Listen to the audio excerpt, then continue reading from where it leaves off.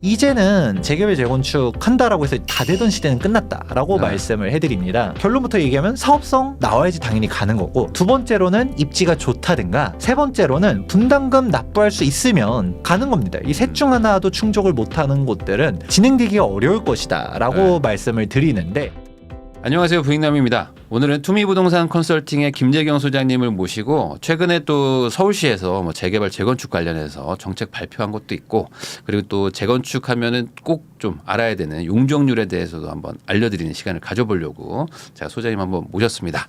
네, 소장님 안녕하세요. 네, 반갑습니다. 재개발 재건축 전문가 투미부동산 컨설팅의 김재경 소장입니다. 네, 또 오랜만에 나오셨는데 그 최근에 한 일주일 정도 됐나요? 촬영 기준으로 한 일주일 조금 더 된 것 같은데 그 서울시에서 그 정책을 하나 발표했잖아요. 근데 이게 생각보다 사람들이 뭐 그렇게 막 뭐 신경을 잘 안 쓰고 있는 것 같은데 시장에는 어떤 영향을 미칠지 이런 것도 좀 궁금하긴 하거든요. 사실 최근 이제 곧 총선이잖아요. 네. 이제 방송이 송출될 때쯤 되면 결과가 나왔을지 어쩔지 모르겠지만 지금 총선 앞두고서 뭐 여야 할 거 없이 5만 가지 발표들을 다 하다 보니까 오히려 정보의 홍수 속에서 또 되도 않는 대책들도 많잖아요. 네. 그렇다 보니까 그냥 이번에 재개발 재건축도 뭐 좋게 해주겠습니다. 뭐 또 의뢰하는 얘기인가 보다 생각할 수도 있을 텐데, 생각보다 이번 발표가 서울시의 용적률 내용이 되게 유익한 사항들이 많이 있어요. 네. 그래서 이 내용을 좀 설명해 볼까 했었는데, 근데 사실 이 내용이 그냥 일반인들이 그냥 보기엔 되게 어렵습니다. 그렇죠. 왜냐하면 이게 용적률에 대해서도 그냥 우리가 통상 용적률 높으면 좋아요라는 정도로만 막연하게 이해를 하잖아요. 근데 또 그렇게만 설명하기도 어렵고, 그래서 오늘 이 자리에서 용적률에 대한 정확한 분석, 이거 우리가 즉 사업성에 대해서 좀 따져봐야 되는데, 이 사업성 관련해서 이제 용적률에 대해서 A부터 Z까지 한번 풀어볼까 합니다. 알겠습니다. 소장님이 또 PPT를 준비해 주신 게 있다고 하니까 그거 보면서 같이 이야기 나눠보겠습니다. 네, 한번 보도록 하자면 서울시가 2024년도 3월 27일자로 서울시 정비 사각지대 사업성 끌어올려서 재개발 재건축 길 터준다 라고 하면서 대대적으로 발표를 했어요. 근데 이거를 그렇게 크게 이슈가 안 됐었어요. 왜냐면 사람들이 봤을 때 이 내용들이 되게 복잡하거든요. 기사는 나오긴 했습니다. 특단 대책이 재개발 물꼬가 틀까라는 얘기들도 나오고, 근데 사실 좋은 얘기도 있지만 기사들 찾아보다 보면 우리 신통기획이 사실 진통기획이다 라는 얘기들도 있고, 그리고 강남이라 해서 이제 다 된다라는 얘기도 끝났잖아요. 지금 뭐 4년째 표류하던 강남 아파트 재건축 결국 무산, 이런 기사도 최근에 나오고, 그렇다 보니까 이제는 제가 항상 많은 채널에서 얘기를 했지만 재개발 재건축 한다라고 해서 다 되던 시대는 끝났다라고 말씀을 해드립니다. 그러면 이제 셋 중 하나를 충족해야 된다는 얘기하거든요. 그냥 결론부터 얘기하면 사업성 나와야지 당연히 가는 거고, 두 번째로는 입지가 좋다든가, 세 번째로는 분담금 납부할 수 있으면 가는 겁니다. 이 셋 중 하나도 충족을 못하는 곳들은 진행되기가 어려울 것이다 라고 말씀을 드리는데, 그런데 이 내용이 사실 여러분들이 그냥 뭐 그렇구나 하고 받아들일 수도 있겠지만, 가장 근본적으로 그 사업성이 나오냐 안 나오냐 이거 판단하기가 생각보다 쉽지가 않거든요. 맨날 댓글 달려요. 소장님 여기 단지는 괜찮을까요? 여기 구역은 여기? 괜찮을까요? 근데 제가 거기서 공개적으로 거긴 어렵습니다라는 답글을 할 수가 있을까요? 없죠. 어려워요. 보통 답정너거든요. 오히려 소장님 제가 이제 얼마로 투자를 하려고 하는데 이 금액대, 예를 들어 5억으로 아니면 10억으로 뭐 이 투자할 만한 지역 중에서 괜찮은 데가 있을까요? 이렇게 물어보면 답변하기 쉬운데, 저 여기 가지고 있어요. 여기 어때요? 라고 하면 제가 제발 된다고 해주세요. 이거잖아요. 그렇죠.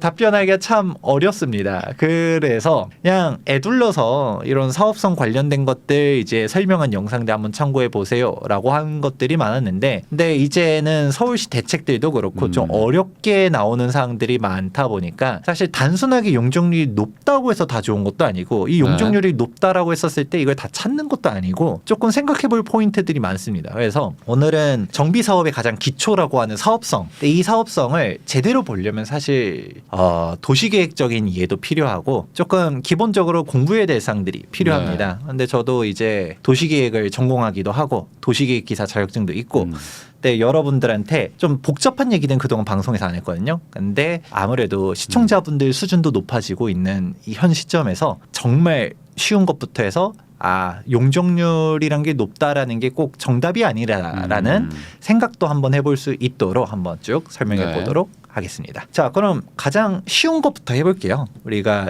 레벨을 확 낮춰서 기초부터 한번 적용해 보려고 했었을 때 용적률에 대한 기본 개념은 이제 대지 면적에 대한 연면적 비율이에요.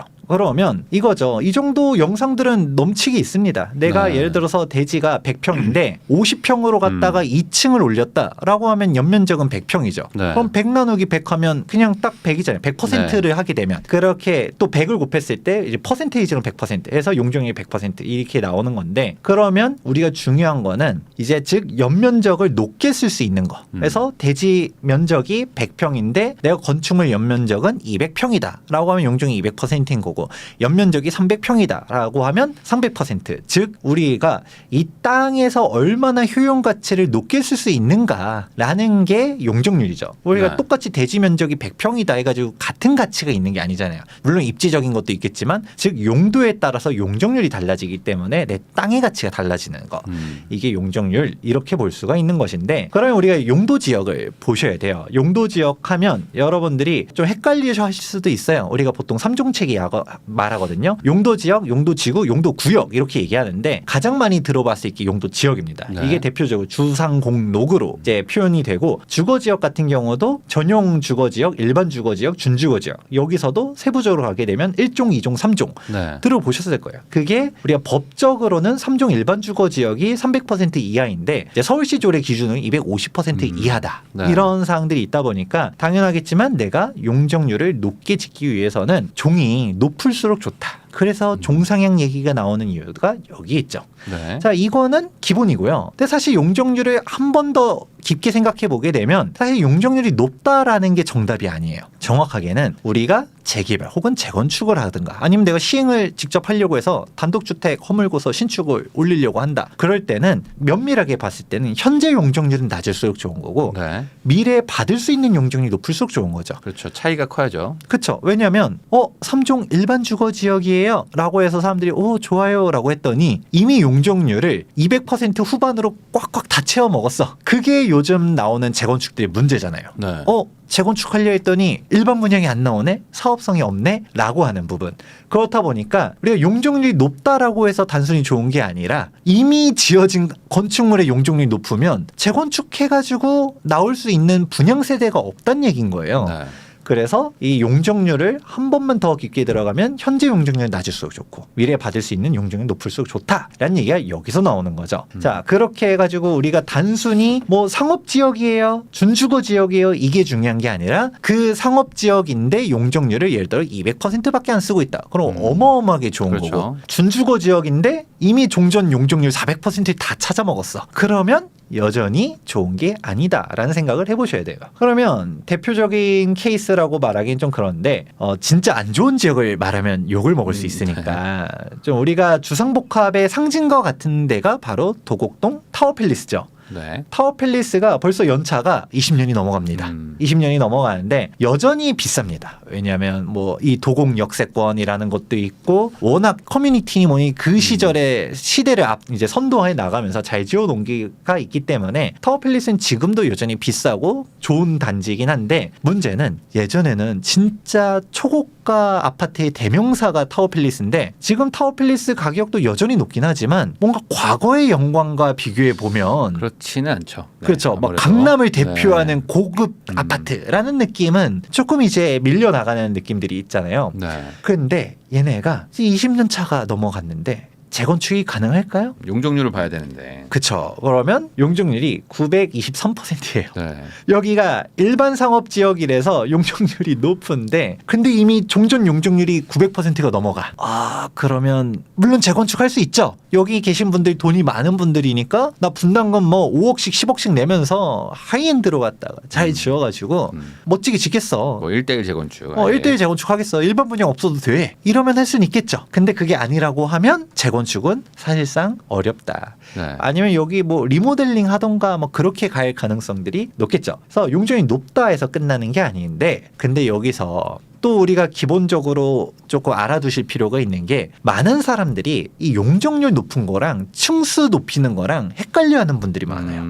약간 제가 한번 질문 드려볼게요. 우리가 보통 고층, 초고층 이게 특혜라고 생각하시는 분들이 많잖아요. 근데 사실 이게 초고층으로 짓는다 해서 사업성이 증가할까요? 오히려 나빠질 수도 있죠. 비용도 막 비싸질 수도 있으니까 공사비가. 그렇죠. 네. 공사비가 치솟죠. 네. 그런데 우리가 사업성이 개선된다라고 얘기하려면 용적률이 높아지는 거에 사업성이 개선된다라고 얘기하지 동일 용적률에서 층수만 높이는 거는 크게 의미가 없다라는 생각을 해보셔야 돼요. 기사를 한번 보시면 예전에는 막 초고층 하고 싶어서 난리를 쳐도 당시 박원순 전 서울시장이 있었을 때는 2030 도시기본계획에서 35층 룰이라는 게 있었잖아요. 네. 35층 이상은 안 돼라고 하면서 이제 막아냈는데 근데 이제는 규제를 풀어주죠. 뭐 50층 이하는 물론 50층 초과도 허용해준다. 70층, 80층 해라라고 해도 공사비가 너무 올라가니까 지금 특히 초고층 가게 되면 공사비가 더 들어가거든요. 그리고 기간도 늘어나고 그렇죠. 하니까 이제는 서울시가 해도 돼라고 했더니 오히려 조합원들이 이게 하는 게 맞아? 라는 얘기들이 나오죠. 그리고 당장 성수 1지구 같은 경우도 70층 관련해서 총회를 열었는데 이게 50층 미만 투표수가 더 많아졌어요. 그러니까 이거 70층 안 되는 거 아니냐? 뭐 이런 얘기들도 나오죠. 근데 이거 자세히 보다 보면 박빙이에요. 50 그쵸. 1대 48 정도 되네. 네. 사실 몇 명만 넘어와도 네. 사실 초고층 될 수도 있는 건데 우리가 보통 40층 넘어가면 다 초고층이라고 얘기는 했지만 엄밀하게 건축법상 초고층의 정의는 50층이 넘어가는 겁니다. 네. 50층 이상은 초고층 건축물이라 하니까 50층 미만은 준초고층이라고 얘기를 일단 하고 가는데 이 준초고층조차도 공사비도 비싸고 공사 기간도 깁니다. 네. 근데 여기서 50층이 넘어가면 더 비싸지고 더 길어지는 게 문제가 있겠죠. 그런데 이런 부분 관련해서 이제 박빙들이 있는데 참고로 저희 가족들도 성수 1지구 조합원이다 보니까 여기에서 저희는 초고층에 한 표를 하긴 했었어요. 네. 근데 이 부분 관련해서 사람들이 오해를 하는 게 이게 막 70층이다 49층이다 뭐 어쩌고저쩌고 말을 해도 사실 한 장으로 정리한 조합 설명 자료인데 이게 좀 잘 돼 있어서 한번 가져와 보면 50층 미만이라고 해서 공사비가 싼 건 아닙니다. 우리가 일반적으로 요즘 공사 비용 엄청 많이 늘었다. 7,800은 기본이다. 이런 얘기들 하잖아요. 근데 50층 미만으로 가도 조합에서 1,100만 원은 지금 추산을 합니다. 실제로 여의도 공작 아파트 같은 경우는 대우 서밋으로 시공사 선정됐을 때 1,070만 원으로 시공권 계약했거든요. 그렇다 보니까 사실 1,100만 원도 이제 성수 1지구가 착공할 때쯤 되게 되면 사실 이것보다 더 잡을 가능성도 높아요. 그럴 수 있죠. 그런데 여기서 초고층을 하면 더 비싸지죠. 1,300만 원을 지금 시점에서 잡고 있고 공사 기간도 60개월 잡고 있는데 근데 초고층 가게 되면 70개월로 잡고 있고 그런 부분 보게 되면 금융 비용도 늘어나고 뭐하고 하는 사항들이 종합적으로 있습니다. 근데 이게 사실 준초고층 간다고 해서 우리가 일반적인 30층 아파트를 짓는 게 아니거든요. 저는 뭐 이럴 바에는 차라리 진짜 상징성을 가지면서 초고층 가는 것도 좋지 않겠냐라고 보지만 일단은 그거는 차치하고 우리가 이런 부분들은 떠나서 사업성으로만 놓고 보면 왜 이런 갈등들이 나오느냐 사람들이 자꾸 초고층 간이 특혜 아니냐 했을 때 전혀 저는 특혜라고 안 보는 게 조합원들 입장에서도 이게 초고층이 준초고층이 싸우는 이유가 용적률을 높여주는 게 아니에요. 이게 성수 1지구 예전 조감도인데 되게 멋있게 지어놨잖아요. 그러면 이게 49층으로 설계했었을 때 한강변 파노라마 이제 영구 조망이 쫙 되는 그런 설계가 나오는 건데 이게 70층으로 더 높아진다. 그러면 여기 뒤에 있는 동들도 한강 조망은 되겠지만 사이 조망보다는 영구 조망 딱 아무것도 거릴 게 없는 게 더 좋은 거잖아요. 더 늘어나는 거는 분명히 가치가 있다라고 저는 보거든요. 한강뷰 보이는 집들이 더 늘어나는 거겠죠. 그쵸. 네. 그렇게 가치들이 높아질 거라고 보는데 문제는 사람들이 이게 아이씨 초고층 해주는 게 특혜라고 하지만 조합원들 내부에서도 초고층과 준초고층 가지고 싸우는 이유가 있는 것 중 하나가 일반 분양 세대수가 늘어나는 게 아니에요. 용적률은 동일한데 층만 높이는 거죠. 그러면 70층 하면 이 뒤에 있는 동들 몇 개 삭제하는 거죠. 그런 식으로 가는 거지 분양 세대수가 늘어나는 게 아닌 상태 속에서 공사 비용은 늘어나고 그리고 공사 기간이 늘어나고 그럼 우리가 이렇게까지 할 필요가 있을까라고 말하시는 조합원들이 있는 거고 그분들의 주장이 100% 틀렸다라는 것도 아니에요. 저희는 그래도 이게 가치가 있다라고 보는 거지만 이게 정답이 있는 사항이 아니잖아요. 각자의 입장, 속도가 생명이야 말하는 사람들도 있는 것도 분명 일리가 있는 거고 결국은 이제 이거는 뭐 선택의 영역인 거라고 갈 수 있을 정도로 사업성이 늘려주는 게 아니다. 용적률이랑 층수는 다른 거다 얘기를 하는 거죠. 대표적으로 레미안 첼리투스 같은 게 1대1 재건축을 한 거거든요. 여기는 일반 분양이 한 세대도 없었어요. 그런데 이게 층수만 높아진 거죠. 이게 우리가 일반 분양 사업성을 개선시켜주기 위해서 용적률을 높여주는 거는 특혜 시비가 붙을 수 있는데 단순히 층만 높아지는 건 동일 용적률 내에서 내가 높게 짓는 거다. 아까 설명했던 것처럼 이 대지가 100평이야 라고 했었을 때 나는 그냥 바닥 면적 20평으로 해가지고 쫙 높이겠어. 이게 문제는 아니잖아요. 그렇죠. 물론 뭐 일조권이나 사선 제한 이런 것들 건축법적인 것들은 따지긴 해야겠지만 내 용적률 내에서 내가 어떻게 짓겠다라는 건 나의 선택이기 때문에 근데 이거를 예전에는 높게 짓는 게 뭐 문제라고 생각은 하는데 오히려 층수를 낮추면 병풍 아파트가 만들어지는 구조거든요. 뭐가 옳은지는 여러분이 판단해 보시되 단순히 고층이라는 게 특혜는 아니다. 그리고 지금은 고층을 허용해 준다 해서 조합원들이 꼭 받아들이지도 않는 이유는 이게 사업성이 개선되는 게 아니기 때문이다 라는 얘기를 이해하실 필요가 있습니다. 물론 이제 일반 분양하는 게 늘어나진 않지만 이제 대신에 이제 층이 높아지면서 이제 뷰가 좋거나 뭐 아무래도 조금 뭐 조경도 더 할 수 있고 하니까 이제 분양가 자체를 높일 수 있지 않냐. 그러니까 그쵸? 이제 특혜다 이렇게 얘기하는 게 있잖아요. 뭐 결국은 이제 가치를 상승시키는 이제 밸류업으로서 보는 건데 대신 비용도 늘어나니까. 근데 이거 조합원들조차도 이게 내부적으로 싸우는 거 보면 사실 이게 일장일단이 있는 거는 그렇죠. 분명 사실이긴 합니다. 공사기간도 초고층 가게 되면 공사기간만 5, 6년을 생각해야 돼요. 그렇다 보니까 분명 고민이 될 수는 있을 텐데 근데 단순히 초고층 가는 게 특혜라고 바라보는 거는 저는 조금 오히려 뭐 디자인 서울 하면서 뭐 이것저것 인면도 다양하게 하라라고 하는데 오히려 이게 층수 규제를 풀어주는 거. 우리가 용적률을 주는 거는 특혜인데 단순히 층수가 바뀌는 거 가지고서 얘기할 거는 일단은 아니다라는 얘기를 해드리는 거고요. 그런데 보통 우리가 고층을 특혜라고 생각하는 이유가 있긴 해요. 대표적인 게 이런 상업지역들이거든요. 네. 상업지역들은 보게 되면 용적률이 막 800%, 1000% 이렇게 돼요. 거기에다가 이제 건폐율 같은 경우, 건폐율은 바닥 면적에서 대지 면적이 차지하는 비율이거든요. 너무 빽빽하게 짓지 말라. 그쵸. 네, 그거죠. 이제 근데 이런 상업지역들은 건폐율이 되게 높습니다. 그래서 공영 면적들 우리가 이제 개방 공개 부지들 보다 보면 별로 안 되잖아요. 근데 아파트들은 조경도 놓고 이런 식으로 넓게 지을 수 있는 게 건폐율이 아파트는 기본적으로 낮아요. 네. 근데 상업지역들은 건폐율을 높게 했어도 그럼에도 불구하고 이 높은 용적률을 다 채우기 위해서는 높게 지을 수밖에 없거든요. 네. 그러니까 대표적으로 여의도 생각해 보면 용적률 높게 뽑다 보니까 고층이 되는 거고 그렇다 보니까 우리가 보통 용적률 높은 게 초고층이다 그렇게 생각하지만 거꾸로 초고층이 곧 높은 용적률이다라는 거는 아니라는 거를 이제 이해하실 필요가 있다. 자, 여기까지가 용적률에 대한 기초고요. 조금 더 이제 우리가 응용을 한번 해보도록 할게요. 우리가 좀 중급반 들어간다고 했었을 때 그러면 실질적인 사업성을 따져보려 했었을 때 우리가 이 사업성 체크 어떻게 합니까? 라고 하게 되면 최근에 이제 최근이라고 하기에는 벌써 또 이제 작년 이슈긴 하지만 작년에 가장 핫했었던 단지 중 하나가 상계주공 5단지입니다. 집값이 5억인데 부담금만 5억이다.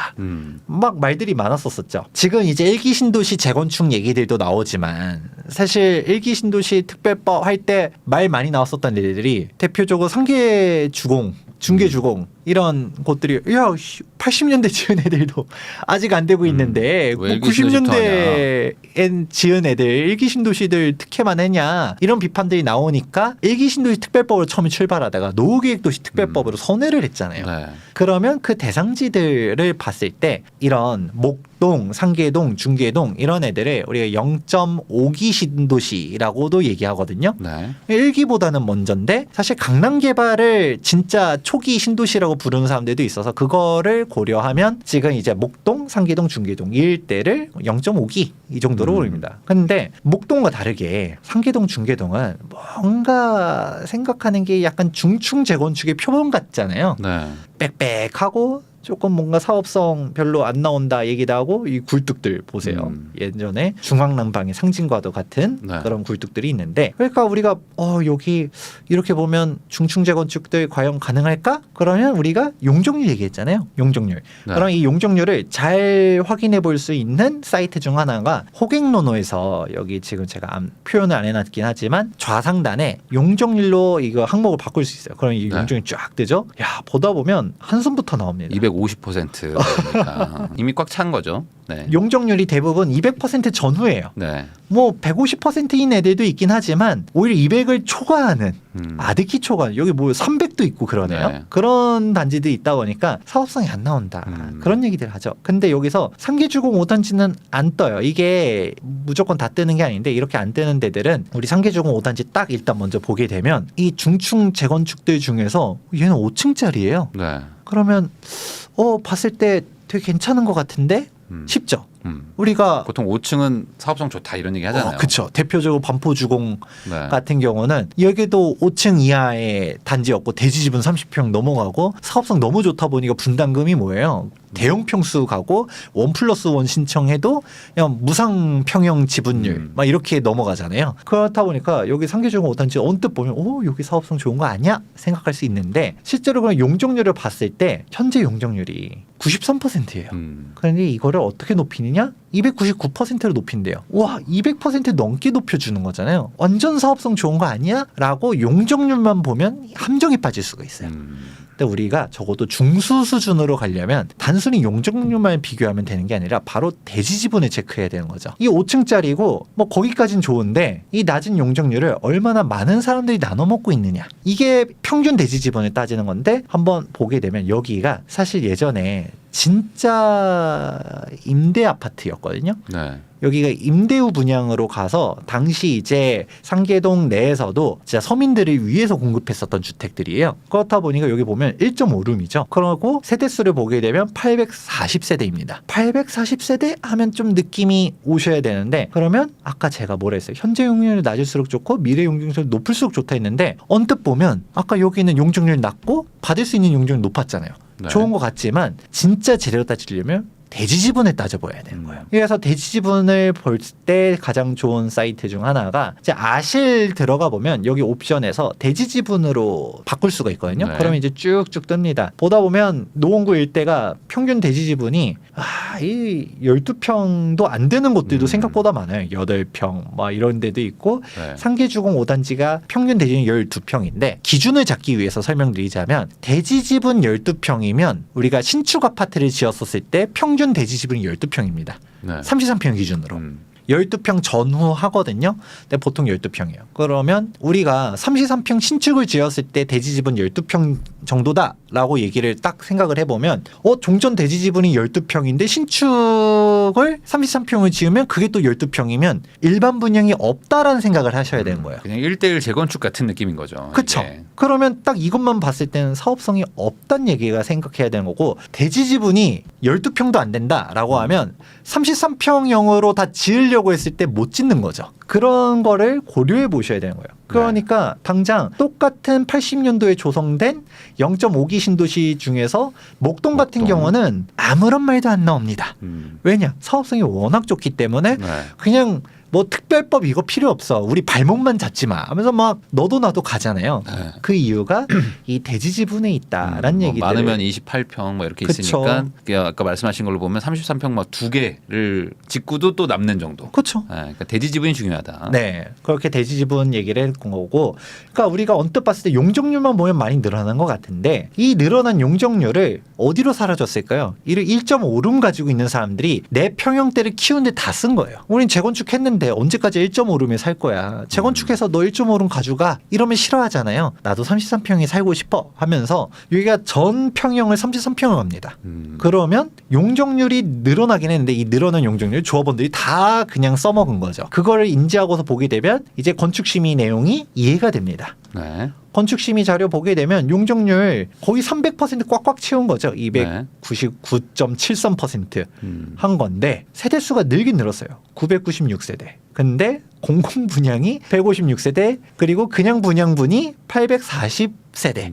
근데 아까 조합원이 840 네. 세대이기 때문에 현금 청산자가 나오지 않는 이상 일반 분양은 제로인 거죠. 그냥 1:1 재건축 한 거다. 그렇죠. 조합원들 돈으로 짓는 거예요. 네. 일반 분양 없이 짓다 보니까 더군다나 공공 분양은 나중에 후설하겠지만 사실 이거 원가 이하로 서울시가 삥 뜯어갑니다. 이것도 기부 체납이나 다름없어요. 그런 상황이다 보니까 이게 이제 주민들 입장에서는 아니 이거 해가지고 임대 아파트만 우리가 내놓는 거 아니냐, 뭐가 그런 거 아니냐, 이거 나쁜 놈 서울시 각성해라 이런 얘기 나오는데 사실 이게 종상향이 됐잖아요. 그렇다 보니까 용적률 늘어나도 임대주택 당연히 지어줘야 되는 것도 있는 거고 이런 문제점들이 나오고서 그러면 본인들이 적어도 25평으로 지으면 일반 분양분이 나오겠죠. 네. 근데 그거는 포기하고 싶진 않고, 그러니까 이도 저도 안 되면서 그러면 당연히 내 돈 내고 짓는 건데 그럼 공사비는 n분 해야 될 거 아니에요, 조합원들이. 그래서 5억 나온 건데 그 5억은 내기 싫다 하니까 파행으로 간 거죠. 그러니까 이게 사실 참 뭐 산수로 따지면 너무 쉬운 건데 이게 또 감정이 섞이고 또 그쵸. 이제 내가 왜 우리 집을 이렇게 고생했는데 이 5억이나 내가면서 해야 되냐 뭐 이런 감성적인 또 판단이 들어가니까 뭐 이렇게 되는 거죠 사실. 그렇죠. 그러니까 저도 좋은 얘기만 하고 싶지만 어쩔 수 없는 부분들이 있고, 네. 그러니까 저도 뭐 누구라고 얘기는 안 하겠지만 상계주공 5단지 뭐 가격도 저렴하거든요. 1.5룸밖에 안 되니까 소액 투자로 얘기하면서 여기 용적률 낮다, 상계동에 5층짜리 아파트다 하면서 엄청 거래를 많이 하신 분들이 있어요. 근데 실질적인 재건축을 좀 아시는 분들은 이걸 그렇게 바라보면 안 되는 걸 이미 알고 있었었던 네. 거죠. 그런데 여기서도 그래도 저는 그 돈 내고서라도 해야 된다 보는데 이게 GS랑 지금 소송전 가고 있거든요. 네. 이게 GS랑 공사 비용이 650만 원 기준이었었어요. 근데 지금 다시 돌이켜 보면 GS보다 좋은 시공사에서 이 650만 원도 들어오지도 않을 거예요. 그럴 거예요. 네. 그러니까 과연 이걸 하는 게 자충수일 수 있다라는 얘기들도 하는 이유가 그렇게 나오는 거죠. 그리고 또 다른 케이스 한번 또 가져와 보자면 음마 아파트 20만 원에 조합 설립인가가 났잖아요. 그런데 소송전이 또 막 조합장이 막 싸우고 뭐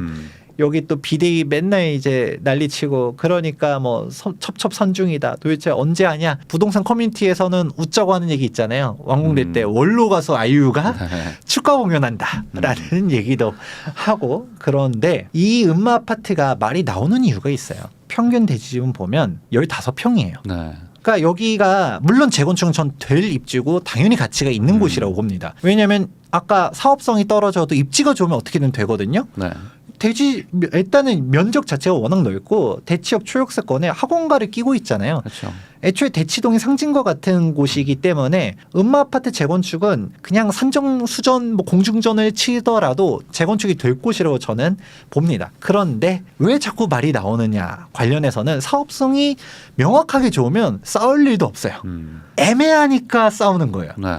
그러니까 가치적으로는 재건축을 하면 음마 아파트 가치는 당연히 훨씬 더 높아지고 그 분담금을 납부하는 만큼의 가치 이상을 저는 있다라고 보는데, 그럼에도 불구하고 이게 공사비가 생각보다 쎄한 거죠, 주민들이. 근데 그 이유가 15평. 그러면 아까 제가 얘기했죠. 33평을 지을 때 대지 지분이 12평이라 했으니까 3평밖에 안 남네?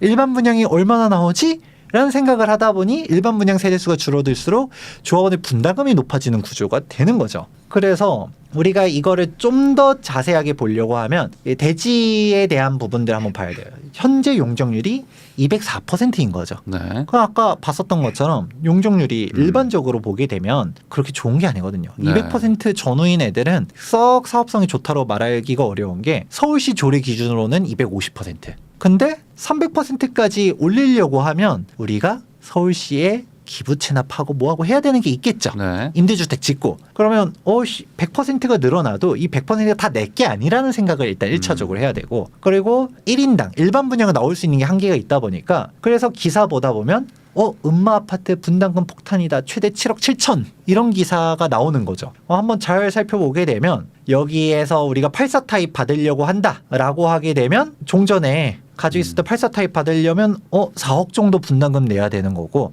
예를 들어서 대형 평수 가고 싶어 40평 가고 싶어 하시는 분들은 7억 7천도 납부해야 된다라는 계산이 나오는 거예요. 그러니까 깜짝 놀라는 거죠. 뭐 음마 아파트 막 맨날 이랬는데 막상 보니까 이렇게 나오는 건가?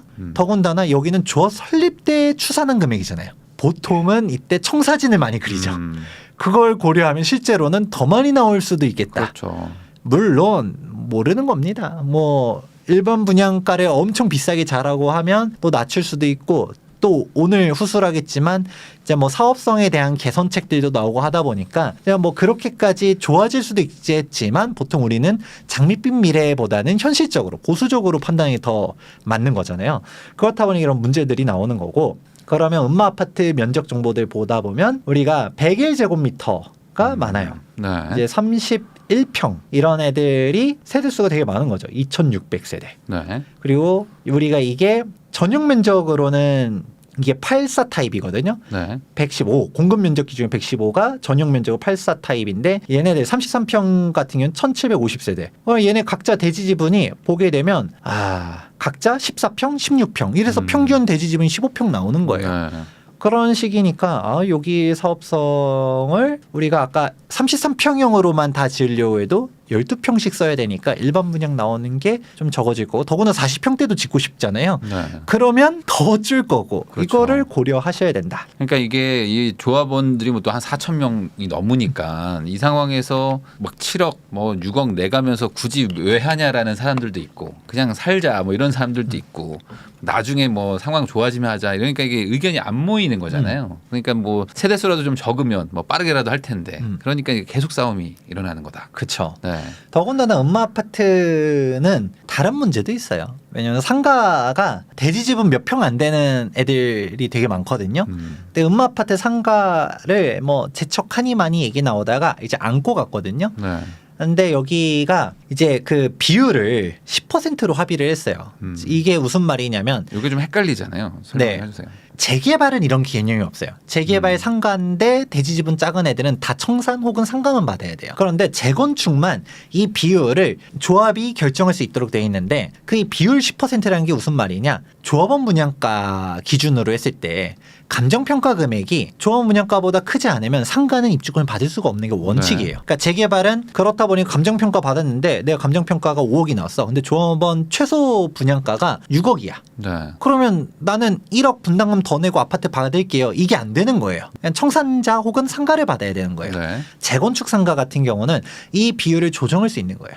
그래서 예를 들어 10%로 했다라는 거 하는 거는 그럼 예를 들어 음마 아파트 조합원 분양가 예를 들어 25평형이 분양가 10억이다. 그러면 10%인 1억만 넘어가도 상가 감정평가 금액이 1억만 넘어가도 아파트 신청할 수 있다는 거고 여기서 기준만 최소 조합 분양가만 넘어가면 되기 때문에 그러면 이제 뭐 분양가액 순으로 갔다가 물론 선정은 하겠지만 그게 꼭 25평형만 가는 게 아니라 33평형이든 뭐든 내가 신청은 할 수 있는 자유는 있는 거죠. 네. 즉 우리가 조합원 수가 늘어난다는 얘기는 일반 분양 세대 수가 줄어든다는 거고 즉 사업성이 더 안 떨어진다라는 좋아진다. 거죠. 그러니까 더더욱 안 그래도 대지 지분이 이랬었는데 일반 분양이 더 흔들리는 그런 사항이 있는 거고 이게 꼭 음마 아파트뿐만 아니라 실제로 많은 상가를 끼고 있는 재건축들이 문제가 많습니다. 네. 특히 이거를 악용해가지고 상가 쪼개기 하면서 분양하는 사람들이 되게 많거든요.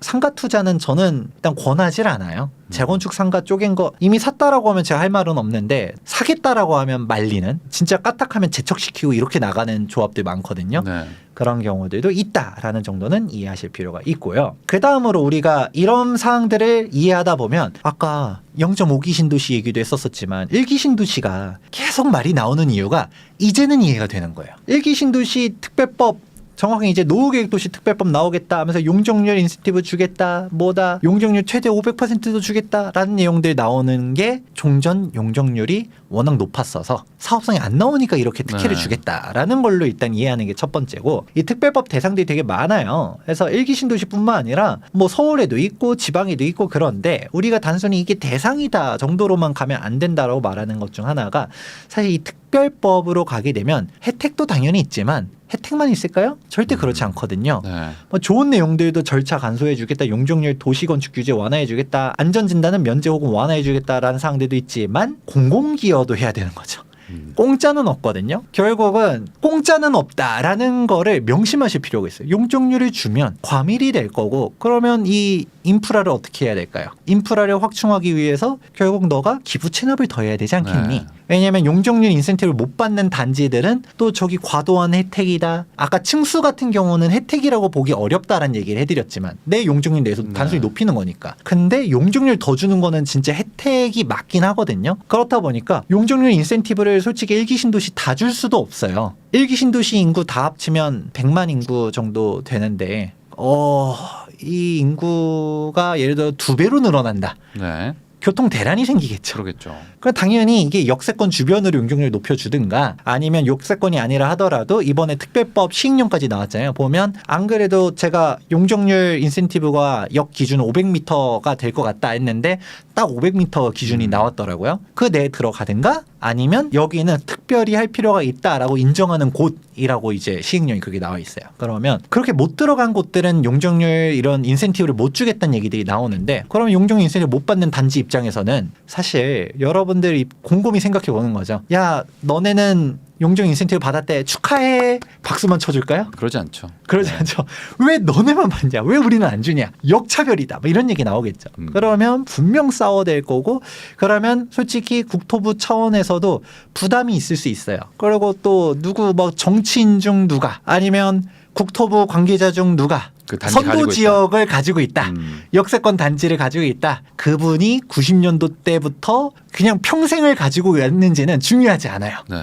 그냥 또 마녀사냥식으로 갔다가 너 그러니까 거기를 혜택 주는 거 아니냐 이런 얘기 나올 수 있잖아요. 그러니까 국토부도 조심스럽게 접근한 측면이 보여져요. 그러니까 이거를 과도한 혜택을 안 주게끔 하려고 여기 대놓고 문구가 무섭잖아요. 초과이익을 환수할 수 있는 근거를 마련하겠다. 통상적인 임대주택 외로도 공공분양, 기반시설, 생활 SOC, 기여금 등 다양한 방식의 기부 채납이 가능하도록 하였다. 이거는 가능하다는 거는 사실 거꾸로 해석하면 삥을 뜯겠다는 얘기로 해석을 해야 되는 거거든요. 그럼 또 저게 대상이 되는 곳들은 또 저런 것까지 다 줘가면서 우리가 또 왜 하냐 뭐 이런 얘기가 또 나오는 거죠. 빙고. 그게 문제가 되다 보니까 실질적으로 역세권은 그러면 괜찮나요? 라고 단순하게 생각할 게 아니라는 거죠. 네.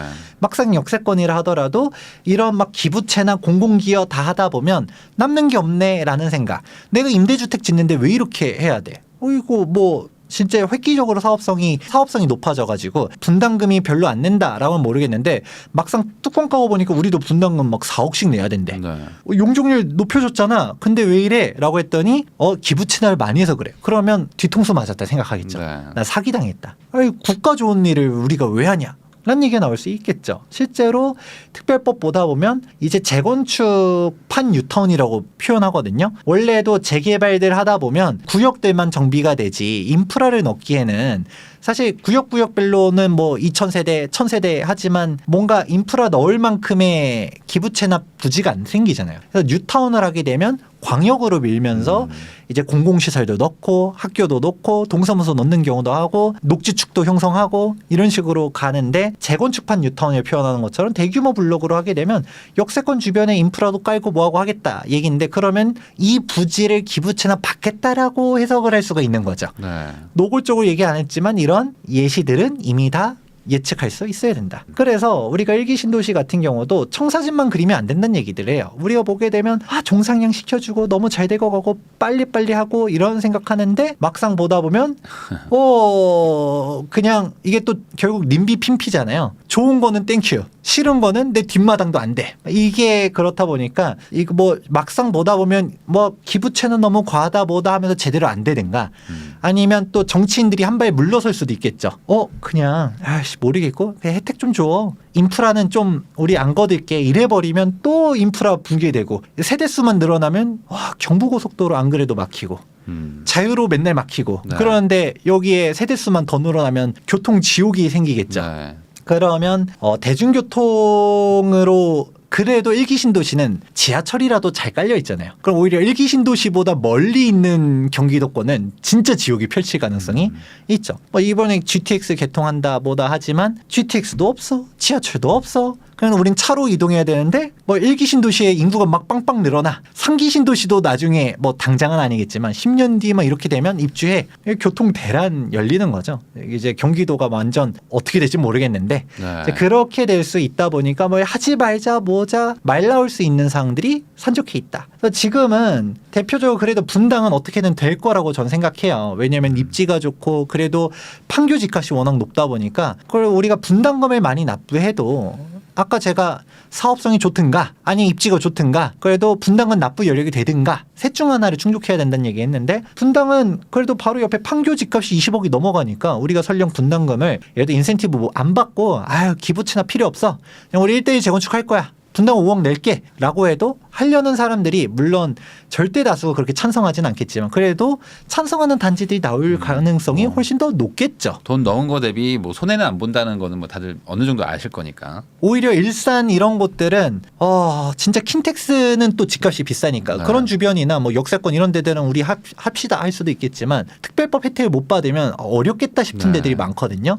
근데 분당은 그래도 돈 내면 우리 하겠다 하는 데들도 있고 실제로 특별법으로 우리 선도지구 지정해 주세요 하면서 신청한 곳들이 되게 많습니다. 그런 상황인데 여기서도 좀 디테일하게 들어가 봐야 되는 거잖아요. 우리가 단순히 그렇게 보면 안 된다. 우리 자꾸 용적률 얘기하고 대지지분 얘기했었죠. 그러면 일단은 분당 용적률 한번 볼게요. 보면 200% 전후인 곳들이 되게 많아요. 물론 그 와중에서도 150% 있는 곳들도 있죠. 네. 이런 것들은 되게 좋은 단지인 거죠. 근데 200% 전후다 보니까 1차적으로는 사업성이 그렇게 썩 훌륭하진 않겠구나. 그래서 네. 특별법 500% 얘기까지 나온 이유가 여기에 있구나라는 생각을 일단 하실 필요가 있고요. 근데 여기서만 끝내는 게 아니라 대지지분 봐야 된다는 얘기겠죠. 근데 막상 대지지분을 뚜껑 까보면 어라? 분당 사업성 떨어진다 뭐다 얘기했는데 막상 대지지분 보면 생각보다는 나쁘지 않아요. 아까 그래서 음마아파트를 먼저 짚고 넘어간 건데 음마아파트 대지지분이 15평 얘기했잖아요. 근데 용적률 200% 얘기했는데 여기가 평균 대지지분이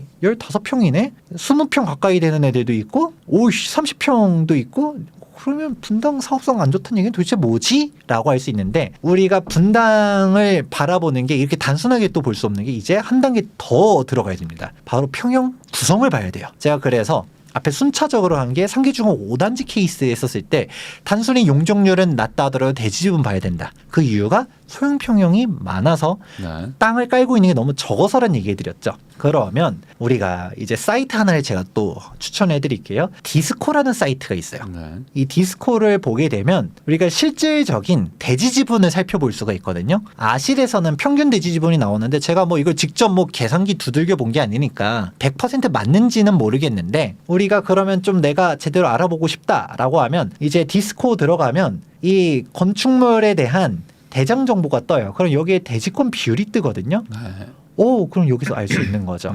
그러면 실질적으로 한번 봤을 때 우리가 시범 단지 보게 되면 대지지분이 30제곱미터, 68제곱미터, 17제곱미터 이런 게 있는 거예요. 소형 단지들이. 그러니까 이게 대지지분 이거 평으로 환산하면 10평도 안 되는 애들도 있다 네. 보니까 이게 뭐지? 싶은 거죠. 그게 작냐 하면 그렇지도 않아요. 이제 그런 세대수를 볼 때 그런 평형 구성들을 봐야 된다는 얘기겠죠. 이거는 네이버 부동산 들어가 보면 전용 면적별 이제 평형대들이 쭉 뜨는데 여기 위에 있는 건 공급 면적이고 실 전용 면적은 28.71제곱미터. 이게 세대수가 360세대예요. 그러니까 사실 시범 하는 데는 이유가 있어요. 단순히 뭐 진짜 시범 아파트라서 아마 선도지구 지정 가능성도 높은 것도 사실이거든요. 네. 그래서 선도지구로 돼가지고 용적률 인센티브 제대로 받고 가지 않는 이상은 말썽이 있을 수밖에 없는 게 이런 1.5룸들이 많고 그리고 사람들이 제가 나중에 후술하겠지만 대지집은 넓은 데를 가야 된다. 대형 평수 구성으로 간 데를 가야 된다라고 얘기해도 우리가 그걸 알아도 선택하기 쉽지 않은 게 비싸잖아요. 그렇죠. 평수가 이미 크니까 비싸죠. 그렇죠. 네. 누가 다 알아요. 그 단지가 좋다라는 거. 근데 저한테 이런 거 물어볼 때는 다들 사실 답정너예요. 제발 좋다라고 말해줘. 소형 갭 투자해도 대박 난다라고 말해줘. 그리고 이분들 나중에 재건축했을 때 이렇게 원룸 주겠어요라고 하면 싫잖아요. 그렇죠. 재건축 안 한다고 그러죠, 그러면. 나도 최소 25평형 이상, 목표는 3세 3평형 이상 받고 싶어 할 거 아니에요. 그러면 용적률이 늘어난다 하더라도 얘네들이 용적률 다 뺏어가는 거예요. 아까 상계주공 5단지 케이스처럼. 그래서 우리가 일반적인 서울의 재건축들은 이렇게 극단적인 케이스들은 없어요. 근데 왜 평균 대지지분은 15평이나 나왔을까요? 대형 평수들이 많잖아요. 네. 그래서 보통 재건축이 잘 안 되는 케이스들이 평형 구성이 다양한 곳들은 이해관계가 복잡해지고 여기서도 그래도 서울에 있는 재건축 단지들은 제일 작은 평형이 25평인 경우가 대부분이에요. 25, 33, 44. 여기서도 막 내 감정 평가가 손해 보니 뭐 억울하니 뭐니 하면서 싸워대는데 극단적으로 이렇게 작은 평수 있는 데들은 오히려 얘네들 용적률 다 뺏어가기 때문에 일반 분양이 나오기가 어려운 구조가 되는 거죠. 그러면 너네들 너네 1대1 재건축하면서 너네 10몇 평 가져가 싫어할 거잖아요. 그렇죠. 그거가 있기 때문에 근데 이제 90년대 지어졌었을 때 그때만 하더라도 약간 이제 슬슬 야 너네들끼리의 성을 만들 필요가 있겠냐.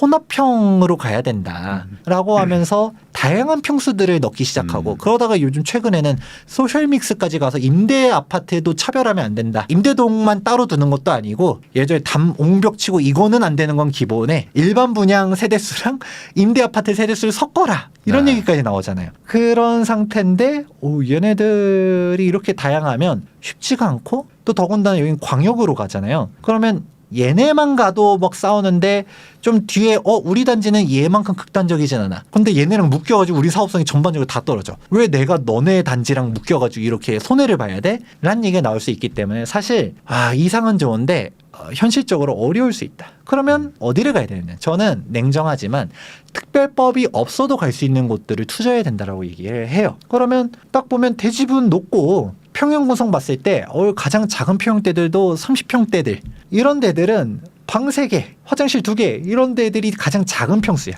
대형 평수도 섞여 있어. 이런 데들은 불만이 없죠. 일반 분양도 당연히 나오고 그리고 33평형 보고 너네 신축 33평으로 넘어가라고 해도 불만도 없죠. 네. 뭐 원래 나 30평대도 만족해. 뭐 40평대 가고 싶으면 분담금 더 내고 이 정도로 갈 수 있는데 문제는 너무 소용 많은 데들은 좀 피해야 된다라는 얘기 하는 거죠. 그러면 뭐 양지, 1단지, 뭐 청구, 한양 뭐 이런 데들은 기본적으로 세대수도 이제 보면 평형 구성들이 좋은 데들 이거를 우리가 몰라서 안 가는 게 아니라 비싸서 안 간 건데 그렇죠. 근데 이게 뻔한 얘기라고 해도 이런 데들을 투자해야 확실하게 가는 거죠. 그러니까 재건축 투자를 이제 돈이 없으니까 작은 거 한다라는 생각 자체를 버려야 된다. 예전에는 재건축 얘기만 나오면 다 돈 벌던 시대는 끝났다라는 네. 생각을 하셔야 되는 거예요. 그래서 우리가 밑에 있는 정자역 주변도 보면 대지지분 보고 평형 구성 보고 이렇게 하면서 가야 되고 여기서도 평균 대지지분 그리고 소형 평수가 얼마나 있는지 이게 진짜 재건축이 순조롭게 갈 건지 난항이 될 건지를 한번 진지하게 따져보실 필요가 있다. 그럼에도 불구하고 이제 뭐 분당 같은 경우는 그래도 뭐 옆에가 워낙 비싸니까 네. 좀 더 긍정적으로 보는 건데 그렇지 못한 곳들 주변 신축 아파트 가격 못 받쳐주는 곳들은 더 어려울 가능성이 높다라는 거를 생각해 보셔야 되는 거죠. 그래서 우리 일기 신도시 봤을 때 기대감들이 충만하지만 특별법 시행령까지 다 나왔지만 과연 이게 선도지구도 기사만 보다 보면 이제 매년 지정할 거다 뭐 열심히 지정할 거다라고 하지만 뭐 이주 대책도 없고 뭐 이걸 뭐 어떻게 하겠나라는 것들도 사실 첩첩산중인 부분들도 많아요. 그래서 괜히 특별법 간다고 하는 것보다는 그냥 우리끼리 재건축할래 하는 곳들이 더 빨릴 수 있거든요. 그런 것들도 종합적으로 고려하셔라 라는 얘기 해드립니다. 그러면 여기서 이제 중간 정리 한번 해드릴게요. 그래서 맨 처음에도 얘기했던 것처럼 우리가 사업성이 안 나오면 가기 힘든 거를 인지하셔야 돼요. 예전처럼 뭐 재건축한다고 다 되는 게 아니라 공사비 자체가 2배, 3배가 뛰었기 때문에 예전에는 재건축이 가능하던 곳들조차도 지금은 사업성이 위태위태한 곳들이 많아요.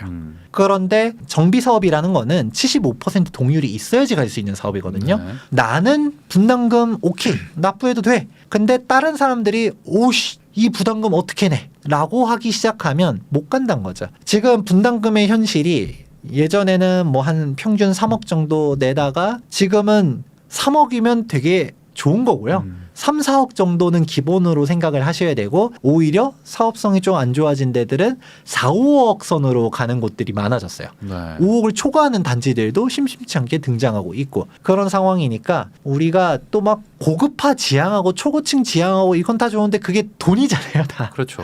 그러니까 이런 거 없이 막 그냥 막 지르시는 분들이 있는데 현실적으로 이 사업성을 좀 따져볼 필요성이 있고 사업성이 설령 안 나와도 입지가 좋으면 또 될 거고 즉 일반 분양가를 높게 할 수 있잖아요. 네. 그 분담금 납부 능력 있으면 또 될 거다라는 얘기들 해드립니다. 대표적으로 이 조감도 멋있잖아요. 네. 여기가 이제 곧 일반 분양 언제 나오냐 하는 신반포 15차 네. 레미안 원펜타스입니다. 대표적인 후분양 단지로 가다 보니까 이제 메이플자이가 평당 6천에 분양을 했잖아요. 근데 신반포 15차는 이제 7천은 생각하고 있고 8천까지도 가냐 안 가냐 가지고서 지금 보고 있거든요. 이 후분양까지 갔으니까 애초에 분상제를 피하려고 후분양 간 거잖아요. 네. 이제 준공도 얼마 안 남았어요. 여기가 그렇다라고 해서 안 좋냐? 아니죠. 너무 좋죠. 여기 일반 분양 세대수 200여 세대밖에 안 됩니다. 그럼에도 불구하고 가치가 있죠. 그런 곳 분양가를 높게 받을 수 있으니까. 그럼 다음 단지 여기 누가 봐도 한강변에 멋있잖아요. 여기가 청담 르엘입니다. 청담 르엘 같은 경우 일반 분양 세대수가 300여 세대. 우리가 강남 보다 보면 일반 분양 세대수가 막 몇백 세대밖에 안 되고 오히려 100세대도 안 되는 네. 단지들도 있거든요. 그럼에도 불구하고 여긴 재건축이 되는 게 일반 분양가를 받아도 비싸게 받을 수가 있고 그러면 강북에서 뭐 한 1000세대 분양하는 거랑 분양 수입이 비슷할 수도 있어요. 거기에다가 설령 사업성이 진짜 안 좋아서 분담금을 많이 내도 가치가 다르잖아요. 여기는 완공되면 우린 기본 40억, 뭐 50억 한강 보이는 데들은 우리 50억도 될 수 있어 라는 생각도 할 수 있잖아요. 그러니까 분담금 그래 5억 내도 완공되면 40억인데 강남권들은 비교에 대한 가치가 다르니까 갈 수도 있다라는 얘기들을 해드리고 대표적으로 1대1 재건축의 상징이 레미안 첼리투스인데 여기가 그때 당시에 부담금만 5억 4천을 냈어요. 지금 와서 보면 싼 것 같아 보여도 지금으로 치면은 한 얼마일까요? 10억 그쵸. 넘었죠. 그게 네. 중요한 거예요. 여기가 그 금융위기 당시에 네. 막 재건축 재개발 다 막 산으로 가고 이럴 때 꿋꿋하게 갔고 일반 분양 없이 1대1 재건축 갔거든요. 이때 당시 5억 4천이면 강북 아파트 하나 살 수 있는 돈이에요. 그러면 뭐 단순히 1대1로 치환할 수는 없지만 아마 가치적으로 봤을 때 한 10억 정도를 태운 네. 거다라고 볼 수가 있는 거죠. 그럼에도 불구하고 우리는 1대1 재건축하고 쾌적하게 딱 했을 때 지금 50억이 넘어가잖아요. 그만큼 우리가 또 일반 분양 이것만 매몰되어 있는 게 아니라 즉 가치 있게 짓는 고급화 전략도 생각해 볼 필요성이 있다. 그래서 아까 초고층 뭐 얘기를 해도 당연히 공사 비용 늘어나고 공사 기간도 늘어나고 할 수 있겠지만 그 단지의 상징성이 높아지고 가치가 높아지는 거.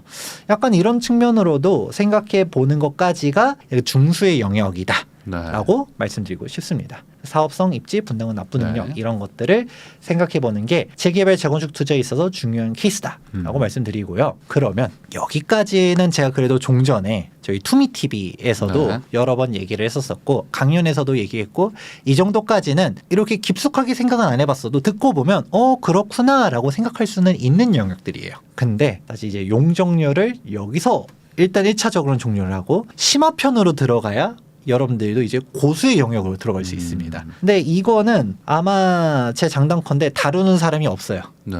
왜냐면 이거는 전문적인 영역까지 필요한 거고 보통 재개발 재건축 얘기하는 사람들 중에서 그렇게 전문 지식이 많은 사람들이 많지가 않아요.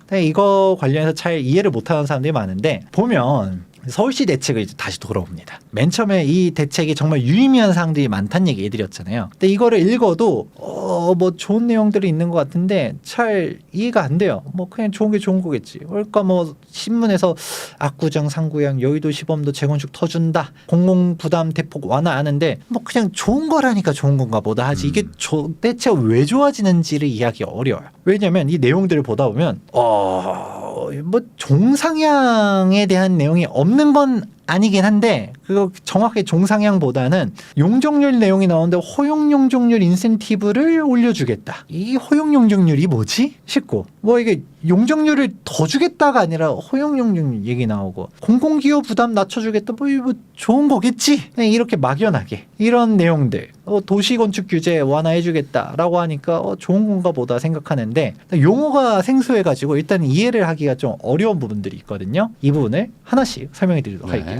자, 우선은 정말 저는 개인적으로 혁신적이라고 생각한 것 중 하나가 이 사업성 보정 개수를 도입하겠다라는 내용이 있어요. 이게 보다 보면 허용 용적률 범위를 종전보다도 2배 이상 높여주겠다라고 한 건데 일단은 장표만 보면 사업성이 개선되고 분당이 감소된다라고 친절히 써 있으니까 뭐 좋은 거겠지. 이미지에서도 뭐 임대가 준대라고 하면 좋은 거겠지 생각하는데 이게 정확하게 허용용적률이 왜 좋은지를 설명할 수 있는 사람이 많지가 않아요. 이 허용용적률이 정말 핵심인 건데 그러면 허용용적률을 얘기하기 앞서서 우리가 앞서서 용도 지역에 주상공동 얘기하긴 했었잖아요. 종상향하면 좋은 거라고만 생각하는데 이게 종상향에 함정이 있습니다. 우리가 용적률을 좀 더 깊숙하게 들어가게 되면 용적률 3종 체계를 이해하셔야 돼요. 기준 허용 상한이 있는데 이거를 가장 쉽게 그냥 퉁쳐서 설명해 드리자면 기준 용적률은 그냥 여러분들 거라고 이해하시면 돼요. 내 거야. 네. 그냥 내가 물론 건축 사선이라든지 이런 것들에 대해서 맞춰야 되는 거는 당연히 있겠지만 그냥 내가 이런 건축법적인 요건만 맞추면 당연히 지을 수 있는 용적률. 그냥 내 용적률. 네.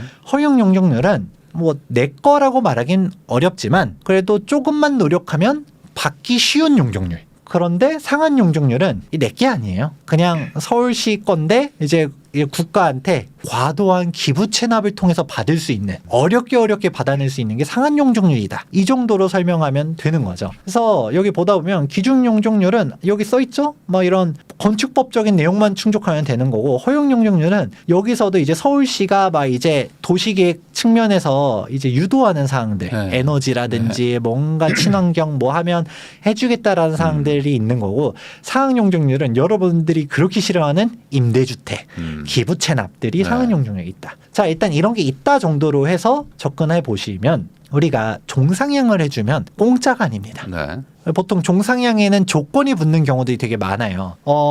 예를 들어 재개발 지역 지정하면서 종상향 해준 곳들이 있거든요. 근데 예를 들어 재개발이 해제가 되면 종상향도 취소돼요. 3종으로 올려줬더니 재개발 구역 해제됐어. 굳이 3종일 필요가 없잖아요. 그럼 너네 다시 2종으로 돌려버릴게. 이런 식으로 가는 케이스들도 있고 설령 3종이라 하더라도 원래 3종이었던 애랑 2종이었다가 3종이 된 애들은 당연히 다르겠죠. 그걸 이해하셔야 돼요. 그러면 보면 우리가 2종 일반인들 보면 기준 용적률이 200%죠. 네. 왜냐? 아까 서울시 조례상 2종에 대한 부분이 서울시 조례 기준으로 200%, 3종이 250%였죠. 네. 그래서 원래 2종이었던 애들은 200%는 지을 수 있었고 3종인 애들도 250% 지을 수 있었어요. 근데 아까 법적 상한은 300%까지인데 왜 서울시가 너네 멋대로 250으로 제한해 200으로 제한해 할 수 있죠. 당연히 더 지을 수 있어요. 다만 서울시가 대신 내놔. 숟가락 들고 기다리는 거죠. 네. 우리가 용적률을 300까지 지을 수는 있긴 해줄게. 대신 임대주택 내놔. 기부 체납해라고 하는 거죠. 그런 식으로 하는 건데 여기에서도 종상향까지 했다. 그러면 숟가락을 양손에 쥐고 내놔 하고 있는 겁니다. 그러니까 예를 들어 2종 일반인 3종 일반으로 넘어간 케이스를 한번 생각해 볼게요. 기준 용적률은 똑같이 200이에요. 즉 내 거는 변한 게 없어. 네. 너네 원래 2종이었으니까 네 거는 원래 200이야. 근데 늘어난 거는 허용이 늘어나고 상한이 늘어나는 거죠. 그러면 우리가 여기서 알 수 있는 거는 허용 용적률, 즉 우리가 이것저것 많이 해가지고 찾아먹는 게 좀 좋아지든가 아니면 공공기여를 많이 해야지 늘어날 수 있겠구나라는 생각을 하셔야 되는 거고 이게 일반적으로 바로 다 똑같이 적용되는 건 아닌데 제가 이제 예시로서 한번 딱 가져온 거가 2종에서 3종으로 넘어왔다라고 하게 되면 기준 용적률은 그대로 200%. 근데 허용이 230이 되는 거죠. 네. 그러면 늘어나는 실질적인 용적률은 30%라고 생각하셔야 되는 거예요. 250이 아니라. 네. 250까지 가려면 열심히 기부 체납해야 되는 거고 그런데 내가 3종에서 준수고로 넘어갔다. 그럼 250인데 허용이 350이 되는 거고 상한이 400이 되는 거고 그리고 일반 상업이 됐다 했었을 때도 기준이 있고 허용이 있고 상한이 있다. 즉 우리가 일반 상업 지역으로 종상향이 됐어요. 최대 800%까지 지을 수 있습니다. 기사 뜨잖아요. 이거만 보면 종종 용적률이 200%였는데 사업성이 4배가 좋아지네. 이렇게 단순하게 생각하면 절대 안 된다는 거죠. 찾아먹기가 쉽지 않다. 그쵸. 상한 용적률은 내 게 아니다. 네. 기준이 내 거, 상한은 내 게 아니고 허용은 노력하면 받을 수 있는 거. 네. 이렇게 생각하셔야 된다는 거죠. 그러면 대표적인 케이스가 여의도 아파트들을 생각해 보시면 돼요. 여의도 재건축 보다 보면 여의도 아파트 지구 단위 계획 구역 안이 이제 수립되면서 최대 70층까지 올릴 수 있고 용적률 최대 800% 이렇게 나오면 우리가 이것만 보면 와 여의도 대박 이렇게 생각하잖아요. 근데 막상 뚜껑 까보면 그렇지 못한 게 일단은 종상이 어떻게 되느냐. 기존에 서울, 공작, 수정 여기는 일반 상업지역. 네. 근데 나머지 지역들은 우리가 3종 일반 주거지역이었어요. 근데 얘네들을 목화, 삼부, 한양, 삼익, 은하, 진주, 미성, 광장 여기를 일반 상업 지역으로 갔다가 1종 상향도 아니고 2종 점프를 해주게 되는 거고 장미, 화랑, 대교, 시범은 종 상향을 한 단계 해줘서 준주거 지역으로 올려주겠대요. 그래서 처음에는 사람들 막 청사진이 그려질 것처럼 했는데 막상 뚜껑 까고 보니까 기부 채널 너무 많다. 서울시 나쁜 새끼 막 이러면서 막 우리 이거 못한다 뭐다 싸우고 볶고 지지고 하잖아요. 그게 일반인들은 사실 이해하기가 어렵지만 저는 이게 당연한 거라고 생각을 했거든요. 물론 뭐 당연한 건 사실 없긴 해요. 근데 서울시 입장에서도 이거 무조건적으로 종상향 시켜준 게 아니에요. 아까 말했잖아요. 원래 니께 아니었잖아. 올려주려면 당연히 기부 체납하도록 되어 있어요. 법이. 그렇게 가는 건데 그럼 한번 볼까요? 여의도 아파트 지구 단위 계획 구역 안이 최종 확정된 게 2024년도 2월 1일자로 고시가 떴어요. 보게 되면 이제 쭉 뜨죠. 목화, 삼부, 장미 해가지고 쭉쭉쭉쭉쭉 특별계획구역 해서 뭐 있는데 1-1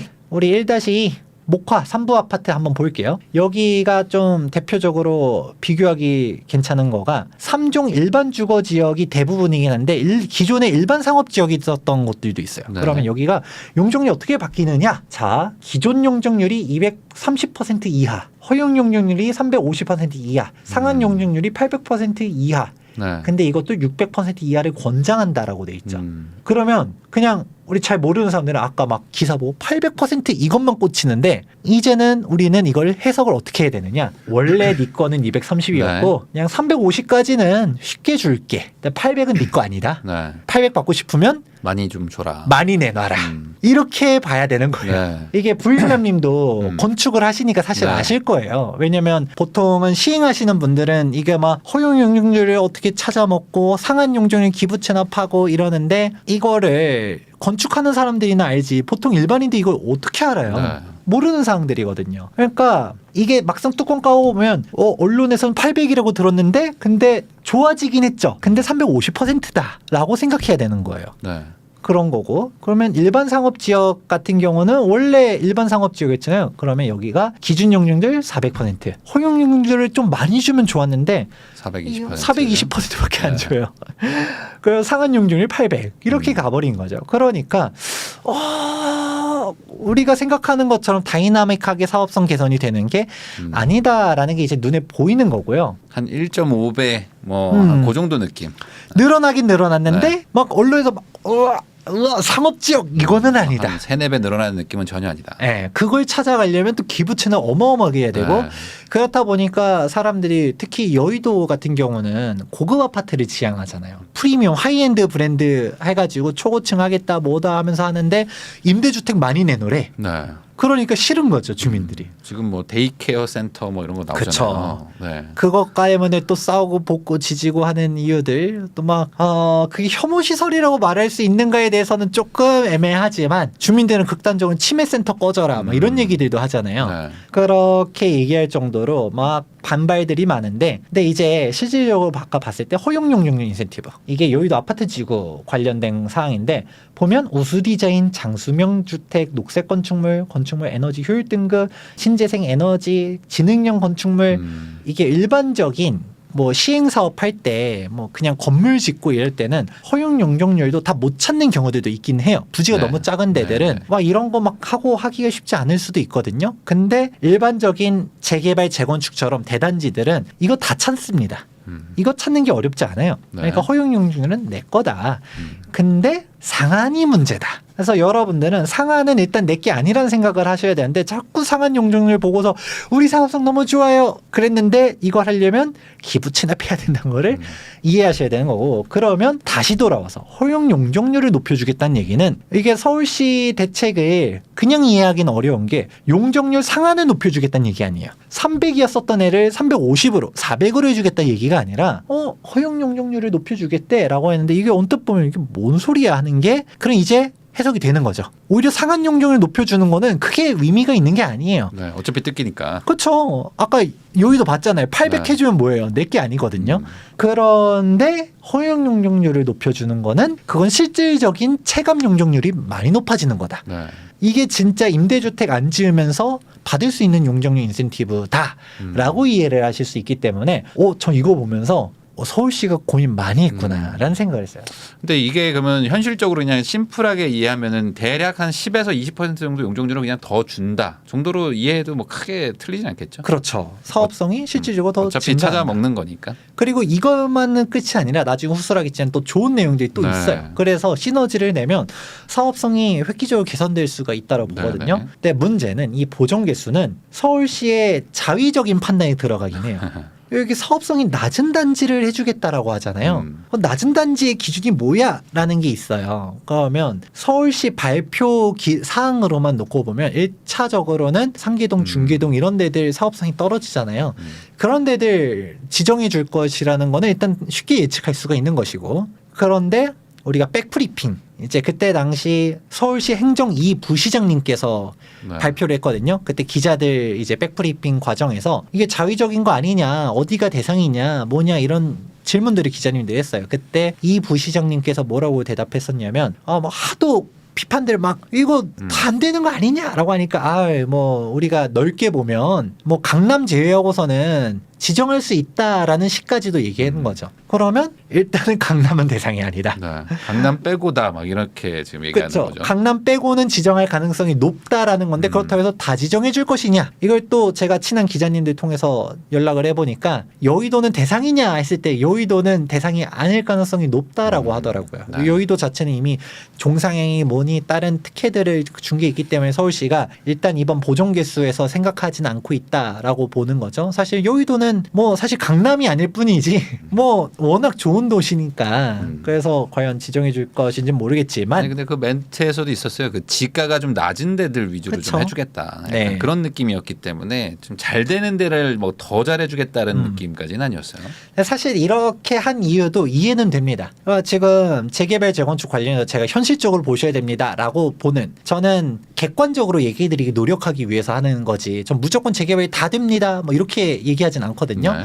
근데 비관론자들도 많잖아요. 재개발 재건축 다 망합니다. 투자하지 마세요. 그거 하면 망합니다. 뭐 그 여러분들 그 남 좋은 얘기하고 그냥 죽음의 늪으로 가는 겁니다라는 식으로 무슨 저주를 퍼붓듯이 하는 그런 분들도 있어요. 근데 그런 분들이 막 재개발 재건축 규제 완화안 나오면 그때마다 하는 얘기들이 어차피 이거 해준다 해가지고 안 되던 데가 되는 거 아니다. 뭐 이거 해준다고 상계주공 이런 데 되겠냐. 안 그래도 사업성 괜찮았었던 강남권역만 더 특혜를 주는 거다. 하도 이렇게 비판을 하니까 제가 뭐 강남만 더 주는 게 뭐 문제인가? 강남만 더 주면 당연히 그건 문제죠. 근데 강남에 혜택 더 준다고 해서 그게 그럴 건가? 그렇다고 해서 혜택 주지 말란 얘기인가? 이건 좀 다른 차원이라고 보는데, 근데 또 맞는 말도 있죠. 왜냐면 이런 당장 이번 서울시 대책도 정말 혁신적인 내용들도 많고 저는 서울시가 정말 노력을 많이 한 대책이라고 평가하고 싶지만 이것만으로 사업이 못 가던 데가 갈 수 있다라고 말하는 게 아닙니다. 당연히 사업성 안 나온 데는 이것만으로도 갈 수 있진 않죠. 왜냐하면 지금 엎어지게 생겼는데 애매한 곳들은 이걸로 인해서 갈까 할 수는 있겠지만 무너진 곳인데 여기 우리가 이게 객관적으로 보면 삥을 뜯다가 우리 덜 뜯을게라는 거지 안 뜯겠다는 것도 아니거든요. 네. 그렇기 때문에 뭐 이게 막 갑자기 없던 사업성이 생기고 이런 차원은 또 아니에요. 그러니까 뭐 결국은 재건축 되는데 어차피 이거 안 해줘도 될 곳인데 특혜다 이런 식으로 얘기하니까 서울시도 스트레스 받는 거죠. 아이씨 그러니까 강남은 안 해주고 이거는 우리가 안 되는 곳들만 해줄게. 라고 해준 거라고 그런 이게 서울시도 이게 뭐 다 해주면 다 해준다고 욕먹고 다 안 해주면 다 안 해준다고 욕먹고 뭐 이런 선출물 아닐까? 그러니까 조금 안 싶긴 되는 합니다. 곳들 약간의 서포트를 해준다 정도. 네. 그래도 용적률이 10%에서 20% 늘어나는 거면 꽤 큰 거잖아요. 그럼요. 사업성으로 치면. 그렇죠. 일반 분양이 그래도 꽤 많이 늘어나는 거니까. 더군다나 이게 자위적이란 얘기는 했지만 여의도도 혹시 알아요? 막상 갔는데 막 분담금 너무 높아요. 뭐예요? 싸우고 벗고 지지고 하면 서울시가 여기 당근책을 좀 줄 필요가 있는데라고 하면 해줄 수도 네, 있겠죠. 그럴 우리가 수도 뭐 있겠죠. 서울시 판단이 들어가는 거니까. 네. 그래서 들어가는 거고 1차적으로는 해당 규정은 아무래도 상계동이라든가 네. 이런 서울에서 사업성 안 나와서 잘 못 가요 하던 데들 중심적으로 갈 가능성이 높다. 네. 일단 인지를 하시면 될 것 같고, 그러면 여기서 우리 알 수 있는 거 아까 다시 돌아가서 여기 종상향을 했기 때문에 이제 보이는 거죠. 용적률이 200% 넘게 높아졌어요. 그건 종상향했잖아요. 그러면 당연히 상향된 거에 대해서 기부 체납을 해야 되는 거고 종전 세대수가 840세대인데 분양 세대수가 840이니까 일반 분양은 없는 거고 임대주택만 150세대를 지어야 되는 건데 네. 이게 아까 말한 허용 용적률이 높아지게 되면 공공 분양이 좀 줄어들게 되면서 네. 일반 분양분이 나올 수가 있게 된다. 즉 상계주공 5단지 같은 경우는 신속통합기획으로 또 가거든요. 그래서 시범단지로서 뭔가 상징성을 보여줘야 되는데 신통기획했더니 서울시만 임대주택 삥 뜯어가고 주업원들은 돈만 냅니다. 망했어요 여러분 이래버리면 신통기획을 밀고 있는 서울시 입장에서는 또 부담되잖아요. 네. 얘를 좀 살리고 싶겠죠. 그래서 약간 이런 고민들을 했을 거라 생각이 들고요. 또 다른 거 이것도 정말 중요한 사항인데 와 서울시가 진짜 고민 많이 했다 생각한 것 중 하나가 기존 과밀단지 지역을 현황 용적률을 인정을 해주겠대요. 그러니까 이것도 참 설명 좀 해주십시오. 이 현황 용적률이라는 건 참고로 법정 용어는 아닙니다. 서울시가 이번에 이제 만든 개념인데 이게 2004년도 때 종세분화가 됩니다. 종세분화가 되면서 예전에는 그냥 주상공록 이렇게 있었다가 갑자기 이제 1, 2, 3종이 갑자기 그때 튀어나오는 거죠. 일반 주거지역도 갑자기 1종, 2종, 3종으로 네. 갈려 나가게 되는 건데 그렇다 보니까 이 종세분화가 되기 전에는 그냥 막 200% 후반대, 300% 초반, 아예 400%로 지은 아파트들도 있어요. 그렇다 보니까 그 시절에 막 90년도 때 막 이렇게 높게 지은 애들 재건축하려 했더니 이제 어떻게 돼요? 서울시 조례 기준으로 250, 300까지 가려면 임대주택도 지어야 돼. 네. 근데 나는 이미 용적률을 300으로 지어놨었어. 그러면 1대1 재건축도 안 되는 거예요. 임대주택을 지어야 되니까. 네. 그럼 오히려 세대수가 깎이는 거죠. 그럼 누군가는 조합원들이 청산당하는 거고. 네. 그래서 불가능한 거죠. 그러니까. 재건축이 불가능한 거죠. 네. 분담금을 많이 내야 된다 개념이 아니라 아예 1대1 재건축도 안 되는 개념이 생겨버리다 보니까 이걸 어떻게 해야 돼? 라는 문제점들이 나왔었던 건데 그러니까 그래 너네 좀 봐줘야겠다라는 생각이 나오는 거죠. 그래서 현황 용적률을 인정해 주겠습니다 하면서 종전에 여기 표대로라면 종전에 이제 현황 용적률이 268%인 단지가 있다라고 가정해 보는 거죠. 그랬었다면 원래는 조례를 초과하는 곳들은 사실 기부 체납을 해야 됐잖아요. 그럼 아까 허용 용적률이 230%이니까 그럼 여기 초과분에 대해서는 너 임대주택 내놔야 돼. 기부 체납해야 돼라고 했는데 현황을 그대로 인정해 주게 되면 여기까지는 허용으로 봐줄게. 그러니까 허용이란 얘기는 제가 뭐라 했죠? 기부 체납 없이 찾아가기 쉬운 용적률이다. 그러니까 실질적으로 내 용적률보다 초과되는 곳들만 임대주택을 짓는 거죠. 여기는 주민들도 불만이 물론 완전 없진 않겠지만 그래도 낫죠. 왜냐? 여기는 이제 용적 인세를 더 받는 거에 대해서 가잖아요. 그렇기 때문에 실질적으로 임대주택 기부 체납에 대한 비율이 줄어드는 거고 이거를 사실 300 기준으로 여긴 나와 있지만 실제로 300 넘게 지은 애들도 많거든요. 네. 그러면 법적 상한을 최대 1.2배까지 봐주겠대요. 그러면 360%까지는 최대 현황 용적률을 이렇게 인정해 주겠다는 거죠. 그러면 이제 우리가 알 수 있는 거는 생각보다 용적률이 높았었던 곳들도 그러니까 리모델링 가려던 데들이 지금 이제 바뀌는 거잖아요. 빙고. 네. 이게 되는 거예요.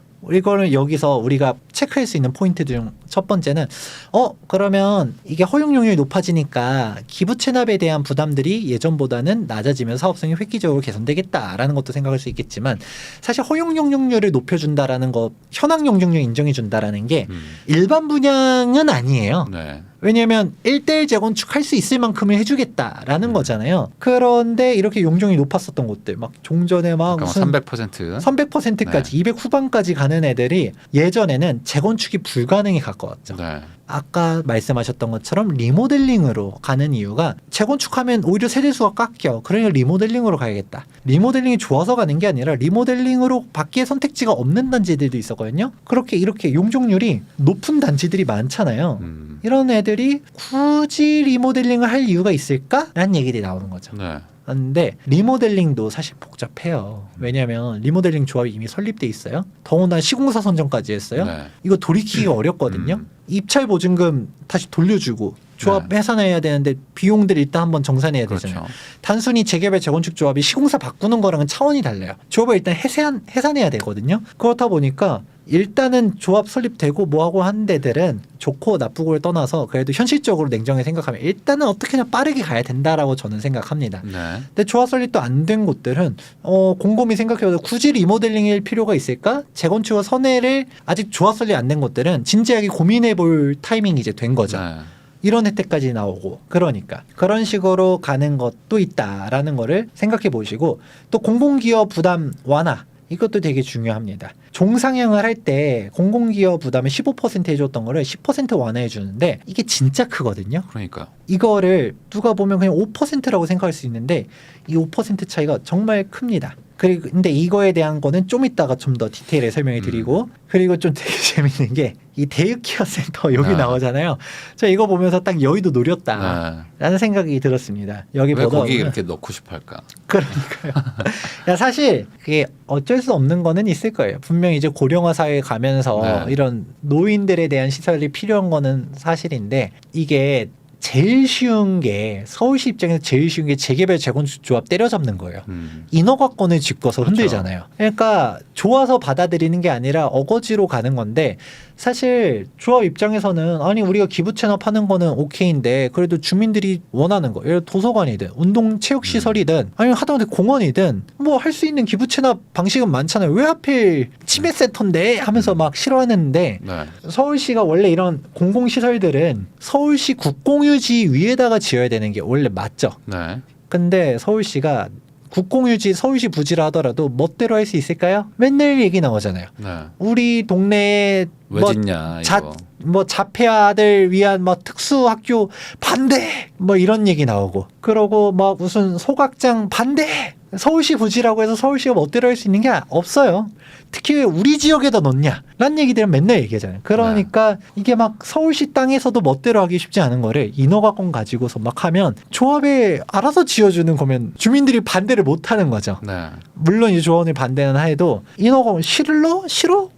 재건축 안 할 거야? 이래 버리니까 막 주민들이 막 반대를 뭐 해도 뭐하고 했는데 이게 워낙 여의도 시범이 반대가 극렬하니까 인허가권으로 이게 날로 먹으려다가 이게 좀 아닌 것 같다 생각을 한 거죠. 네.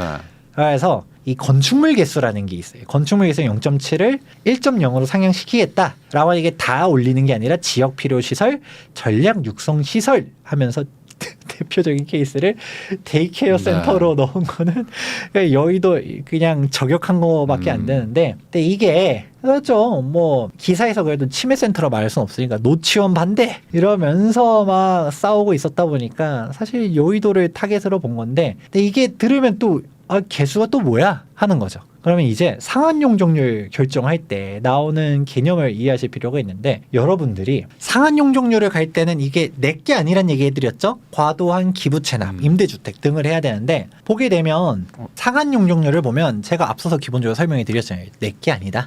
받고 싶으면 기부 체납하든가 임대주택 지어라 라고 했는데 이 상한 용적률을 할 때 이 기부 체납할 때 기본적으로 서울시는 땅을 선호합니다. 네. 당연히 땅 그러겠죠. 내놔 하는 거잖아요. 이게 법률적으로 토지도 낼 수도 있고 건축물을 낼 수도 있고 현금을 낼 수도 있어요. 근데 서울시가 돈이 없겠어요? 돈은 많죠. 돈은 많죠. 네. 서울시 예산이 얼마나 많은데. 그러니까 뭐 경기도라든가 아니면 지방 같은 경우는 돈도 생각보다 받는다라고 하더라고요. 왜냐면 우리 예산이 필요해 하는 경우는 돈으로 받기도 하고 서울시조차도 너무 이제 시행사업 할 때 짜투리 땅들 막 조금 받아봤자 이거 뭐 쓸 데가 없잖아요. 그런 경우는 돈으로 내라고 말하는 케이스도 없는 건 아닌데 네. 근데 정비 사업에 있어서 현금 받은 케이스는 제가 알기로는 단 한 군데도 없습니다. 네. 왜냐하면 돈이 중요한 게 아니라 땅을 내놔라 라고 하는 거고 서울시 입장에서는 건축물도 별로 안 좋아하는 거죠. 네. 건축물 받아도 땅이 훨씬 더 가치가 높으니까. 땅 받아서 지으면 되니까. 네, 그래서 건축물은 이거를 갖다가 메리트를 좀 떨어뜨리는 겁니다. 건축물은 아까 그 건축물 개수를 0.7로 해놓음으로 인해서 야, 너 건축 말고 땅으로 내놔 하면서 그렇게 비율들을 정해놨는데 이거를 1.0에서 1.2까지도 올릴 수 있어질 것이다 라는 것이죠. 즉 일반적인 건축물을 다 해주는 게 아니라 특정 건축물 원하는 거. 여러분들이 싫어하는 거. 네. 서울시가 원하는 시설들을 그 전략 시설들이 뭐가 될지는 까봐야겠지만 데이케어 센터 들어가겠죠. 노인이라고 아예 명확하게 했던데 노인 시설도 전략 시설이다. 그렇죠. 뭐 발표 자료에 떡하니 넣어놨는데 네. 그런 거 지어놓으면 야 1.0 해줄게. 그러니까 너네가 상한 용적률 찾아가는 거에 대해서 인센티브 여기 줄 거니까 그만 싸워. 야 너 그래? 너 그러면 체육센터 짓고 싶어? 그래 지어. 근데 대신 이거는 0.7밖에 안 쳐줄 거야. 네. 데이케어 센터 해줘야 1.0 해줄 거야 라는 얘기인 거죠. 서울시 입장은. 그리고 무엇보다 서울시가 과연 후퇴하겠어요? 제가 봤을 때는 인허가권 쥐고서 계속 괴롭힐 거라고 생각합니다. 그렇다 보니까 그냥 뺏을 거는 뺏을 건데 당근도 주겠다 라는 개념을 이해하면 되고, 보다 보면 그러면 여러분이 의문 표할 수 있는 게 1.0에서 1.2가 이건 또 뭐야 라고 할 수 있는데, 사실 서울시가 이게 없는 거 새롭게 만든 거 아닙니다. 지구 단위 계획에서는 이미 전략시설들 같은 경우는 1.0에서 1.2로 이미 상향시켰어요. 네. 단순히 정비 사업에서만 이게 적용을 안 했었던 케이스인데 보니까 뭘 해줄 수 있지 하다 보니까 이런 게 있었네 하면서 적용을 한 거죠. 그래서 실제로 2024년도 1월 1일자 기사 보게 되면 이미 우리는 발표는 이번에 나왔지만 나온 거죠. 이게 2022년도에 해당 제도는 적용이 됐습니다. 1.0에서 1.2까지. 그래서 여기 서울시 발표 자료에서 1.0이라 했지만 1.2까지도 아마 보면 늘려줄 수도 있지 않을까라는 네. 것도 예측할 수가 있다라는 거죠. 그런 식으로 가서 나온 게 이런 기부채납 중에서 건축물 기부채납인 거고요. 그리고 임대주택 같은 경우도 기부채납의 한 종류로서 많이 쓰이는데, 임대주택의 가장 큰 문제점이 원가 인정이 안 된다는 거예요. 네. 그래서 정비사업 공동주택 매입비를 현실화하겠다라는 사항이 나와요. 그럼 현재 표준건축비가 뭐냐라고 하게 되면 여러분들 기본적으로 표준건축비, 기본형 건축비를 들어보신 적이 있을 거예요. 네, 표준건축비가 임대주택 산정할 때 나오는 건축비거든요. 보면 제곱미터당 제일 높은 거 해봤자 100만 원, 110만 원 정도예요. 그럼 평당으로 하면 따지면은 330 정도 되는 거죠. 너무 싸다. 너무 싼 거죠. 네. 지금 1,000만 원 얘기하고 있는 그렇죠.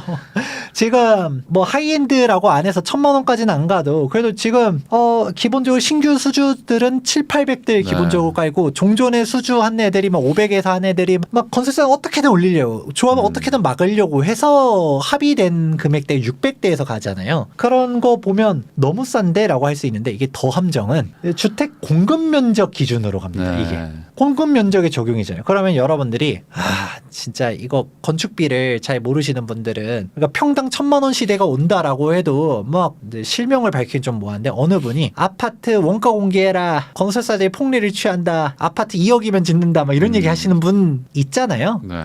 건설 업계에 계신 분들이 제발 좀 2억이 지어줘. 그 마곡 옛날 옛적에 그 평당 뭐 300만 원도 안 될 때 썼던 거 얘기하지 말고 지금 공사비가 얼만데 뭐 말도 안 되는 헛소리들 하지 말아라라고 하거든요. 본인이 시행을 하든가, 시행을 하는데 시공을 하든가, 그 돈에 지어 보든가, 뭘로 짓겠다는 건가 하는데, 이제 그분 입장에서는 뭐 2억 3억으로 짓겠다라고 하는데, 실질적으로 우리가 함정 중 하나가 평당 1,000만 원이라 해도 33평이면 그러면 3억 3천 아니냐라고 말하는 사람도 있어요. 그거는 진짜 아무것도 모르는 사람이라는 것이, 우리가 아파트를 보게 되면 전용 면적이 있고 공급 면적이 있고 계약 면적이 있어요. 전용 면적은 우리가 실평수라고 얘기하죠. 근데 우리가 공급 면적이라는 거는 여기서 복도, 엘리베이터, 이런 계단, 이런 면적들이 다 포함된 게 공급 면적이에요. 그리고 우리가 33평이라고 말하는 건 공급 면적 기준인데, 네. 그러면 우리가 33평 아파트 실평수가 그러면 85제곱미터를 나누면 25평이거든요. 네. 그럼 우리 실제로는 25평밖에 안 돼라고 하면 조금 또 그건 또 아닌 게, 아파트는 다 발코니 확장들 하잖아요. 서비스 면적이 있어서 이래저래 또 그냥 공급 면적이 실평수가 되기도 하는데, 나는 뭐 이 정도는 그래도 어느 정도 아는 사람들은 있어요. 그래서 진짜 뭐 아무것도 모르는 사람들은 우리가 전용 85제곱미터가 실거래가 30억 찍었습니다 하면 미쳤다, 25평형이 뭔 30억이냐라고 하는 사람들. 진짜 그거는 부동산 1도 모르는 사람. 또 좀 아는 사람은 이게 33평형이다. 근데 좀 더 하려고 하면 우리가 분양을 받을 때 보면 계약 면적이라는 게 있어요. 그게 진짜 공사에 대한 전체 연면적을 나눈 게 계약 면적인데, 아까 복도랑 엘리베이터랑 뭐 이런 건 들어간다는 얘기했는데 그건 당장 지하 주차장은 공원 부지 조성은 조상님이 지어주나요? 그거 아니거든요. 그리고 그렇죠. 건축 쪽 계시니까 아시겠지만 땅 파는 비용이 사실 더 네. 들어가요. 그래서 33평 아파트 기준으로 봤을 때 계약 면적은 한 50평 정도 됩니다. 그러면 평당 1,000만 원이라고 대충 예상해 보면 순수 공사비만 5억이에요. 땅값 없이 그래서- 금융비용 없이 사업비 없이 공사비용만 5억. 그게 현실이라는 거죠. 네. 근데 여기는 300에 지으면서도 공급 면적으로 삥 뜯어가잖아요. 지하주차장은 날로 먹는 거죠. 네. 그러니까 이게 표준건축비 문제는 예전부터 말이 많았어요. 원가도 안 된다. 사실상 조합에서도 기부 체납이라 인지하고서 손해본다 생각하면서 파는 거였거든요. 거기다 지금 소셜 믹스까지 하면은 뭐 예전에는 뭐 임대동 뭐 따로 짓고 뭐 이런 것도 지금 안 되는 거잖아요. 그렇죠. 그런 상황이라서 그래서 막상 보면 이 현실화는 정말 필요하다라고 저도 많이 얘기를 했어요. 왜냐하면 네. 정비 사업들이 사업성이 떨어지고 있는데 이 사업성을 완화시킬 때 그러니까 특혜를 주는 것 뭐 저희 특혜라고 생각하는지 안 하는지는 사람마다 다를 수는 있겠지만 아까 인센티브 주고 용적률 주고 이런 것들 자꾸 특혜라고 비판하잖아요. 그러면 특혜가 아니라 비정상의 정상화부터 하는 게 순서라고 보는 거죠. 그렇다고 조합에다가 현금 살포하고 이런 거는 또 약간 그거는 저도 또 반대하는 부분도 있어요. 왜냐하면 조합에 돈 뿌려주고 하면 모럴 해저드가 생길 수도 있고 하니까. 근데 임대주택의 원가 인정은 해줘야 되는 거 아니냐. 이거는 아니 원가대로 가져가는 것도 그게 얼마나 특혜예요. 네. 원가에 내가 좀 나한테 팔아. 안 팔 거잖아 원가에. 그런데 이게 말도 안 되는 건데 문제는 이거는 여기 당구장 표시 있죠? 국토부랑 협의하겠다.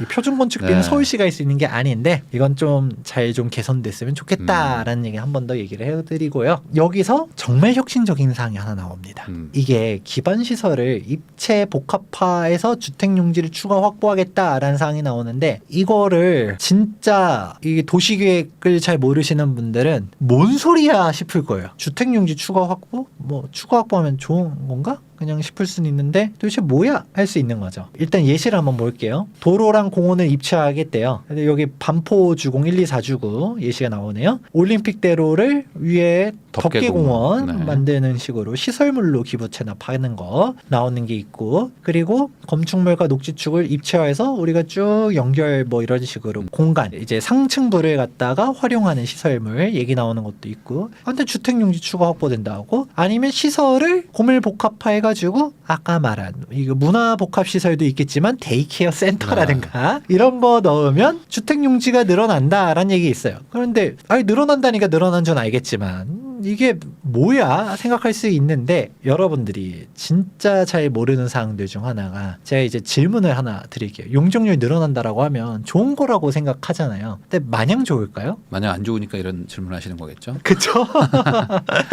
그쵸? 안 좋으니까 얘기하는 네. 건데 그러니까 일단은 우리가 그래도 정의를 내려놓을게요. 용적률이 늘어나면 당연히 좋긴 좋아요. 네. 당연히 좋습니다. 근데 우리가 실질적으로 체감 용적률은 어떻게 되느냐라는 걸 생각해 볼 필요성이 있어요. 아까도 여의도 얘기했던 것처럼 종전에 3종 일반 주거지역 기본 용적률 230이었는데 종을 2종을 점프했어. 일반 상업지역이야. 최대 800%까지 해준대. 그러면 사람들이 우와 생각했는데 아까 봤었잖아요. 기본 용적률 그대로 230. 상한까지 다 가고 싶으면 용적률 기부 체납을 많이 해야 된다. 약간 땅을 많이 뺏긴다. 그렇죠. 땅을 많이 뺏긴다. 그러면 고민을 하는 거죠. 아, 임대주택을 많이 지어야겠구나. 기부 체납 많이 해야 되는구나. 생각은 해도 그래도 1차원적으로 생각하면 그래도 용적률 늘어났잖아. 230 지을 거를 800 지었으면 임대주택 많이 지어도 그만큼 일반 분양 세대수 늘어난 거잖아 라고 생각할 수 있는데 사실 용적률 800%를 올려줘도 800이 다 내게 아니다라는 게 함정입니다. 이게 이 표를 한번 가져와 봤는데 이 용적률이 늘어난다라고 한다 하더라도 체감 용적률은 실제로는 서서히 늘어나요. 그게 많이 안 늘어납니다. 네. 왜 그러냐? 제가 직관적으로 이해하기 편하게 예를 들어 100평이라고 가정해 볼게요. 대지가 100평이야. 용적률이 종전에 200%였어요. 근데 이거를 300%로 늘려주겠대. 그럼 100%가 늘어나니까 용적률 100% 더 높아지니까 우린 사업성 그만큼 늘어나겠네라고 생각할 수 있겠죠. 네. 근데 공짜가 아니잖아요. 너네 기부 체납을 10% 해라고 하는 거죠. 그러면 땅이 10%가 빼앗기게 되면 그러면 여기서 중요한 거는 빼앗긴 땅을 기준으로 해서 용적률이 적용된다는 거예요. 90평만 계산하는 거죠. 정확합니다. 네. 우리가 100평의 땅을 가지고 있을 때 용적률이 300%가 적용되게 되면 300%가 실제 연면적이 되는 건데 90평 기준으로 해서 용적률 300%가 적용되게 되면 3927. 270%. 270%. 그러면 체감 용적률은 100%가 증가한 게 아니라 70%가 증가한 거다. 네. 그럼 한 발 더 나아가서 땅을 20% 빼앗는다라고 하게 되면 용적률은 어떻게 되는 거죠? 80%에 300이니까 240%. 그쵸. 40% 늘어나는 거네요. 40%밖에 안 늘어나는 거예요. 네.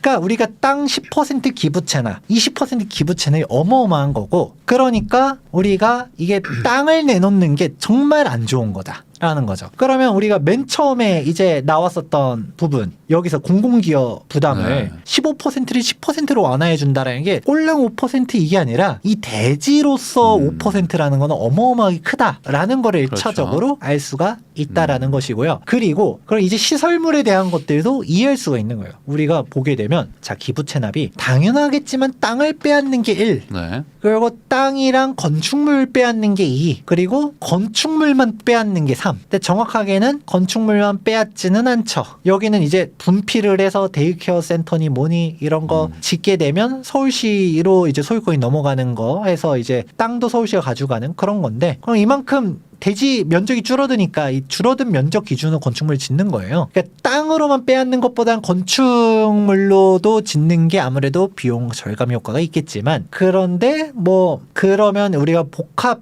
설치라고 했지만 이거의 대표적인 케이스가 뭐다? 임대주택이죠. 네. 임대주택은 우리가 이것만 분필해서 뭐 가지고 이럴 수가 없잖아요. 더군다나 뭐 예전처럼 임대동만 따로 짓는 것도 아니고 소셜믹스 네. 해버리면 결국은 뭐 이거는 건축물을 기부 체납하는 거라고 볼 수 있겠지만, 우리가 실제로 건축물만 넘기는 게 아니라 건축물이 깔고 있는 대지 지분도 넘기잖아요. 그렇죠. 서울시는 그렇게 토지 임대부 주택 좋아하면서 이 기부 체납은 건축물을 가져가는 건 또 싫어하더라고요.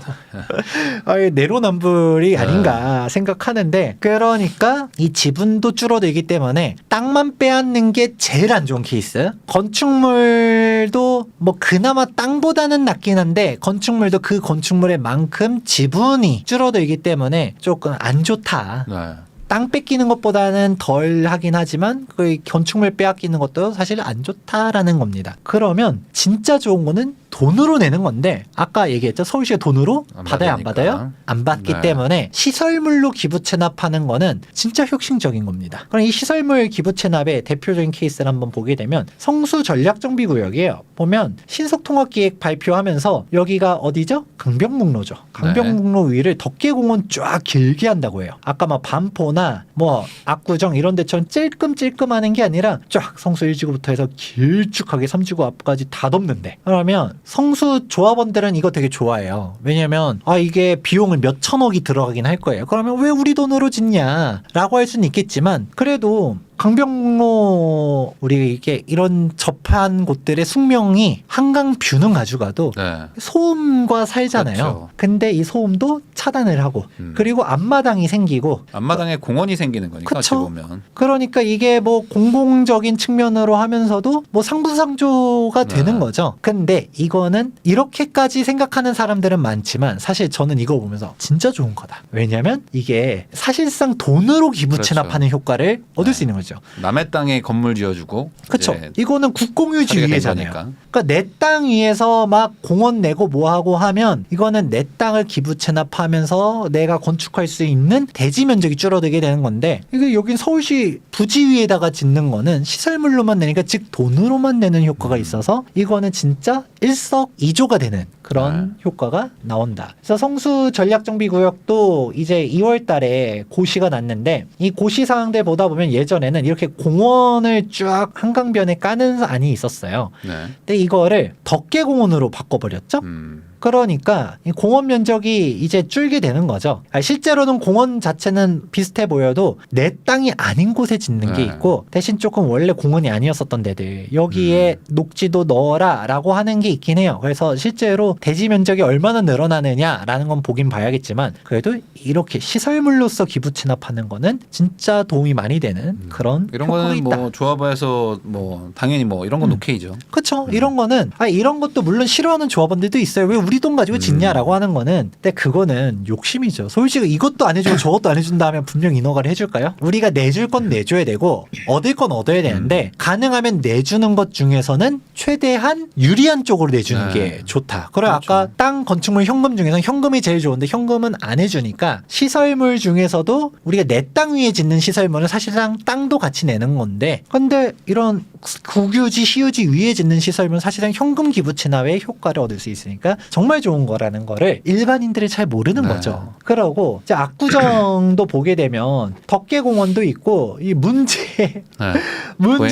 보행교 네. 그리고 서울시는 자꾸 보행로도 지으려고 하는 게 그러니까 그냥 이미지상으로는 여기 대로 자동차 도로에서 쫙 일렬로 만들고 싶어하는 그림을 만들고 싶은 것 같아요. 근데 저는 이거 보행로는 이건 저도 문제가 있다 생각하거든요. 근데 보행교도 주민들은 반대는 해요. 왜 우리 돈으로 몇 천억 들여서 이거를 뭐 해주냐? 이거 누구 좋으라고 하는 거냐? 하는데 저는 보행교는 물론 제 말이 정답은 아니지만 양보해줄 건 양보해주면서 하는 게 좋지 않을까 생각은 하거든요. 단지를 뚫고 가는 거는 아까 말한 것처럼 이거는 공공 보행로 는 내 땅이 줄잖아요. 네. 내 땅이 주는 거니 당연히 안 좋은 거고, 그리고 단지를 관통하면서 사람들 외부인들 왔다 갔다 하는 거 주민들 되게 싫어하잖아요. 그러니까 솔직히 이거 막 서울시 압구정역에서 일렬로 만들고 싶어 하겠지만 아니 좀 돌아가면 뭐 어때요. 서울시도 너무 과도한 욕심은 좀 버려야 될 필요가 있다고 보는데, 근데 이 보행교는 압구정 입장에서도 전 손해가 아니라고 봅니다. 왜냐면 이렇게 지어놓으면 여기는 애초에 이건 공유수면이잖아요. 네.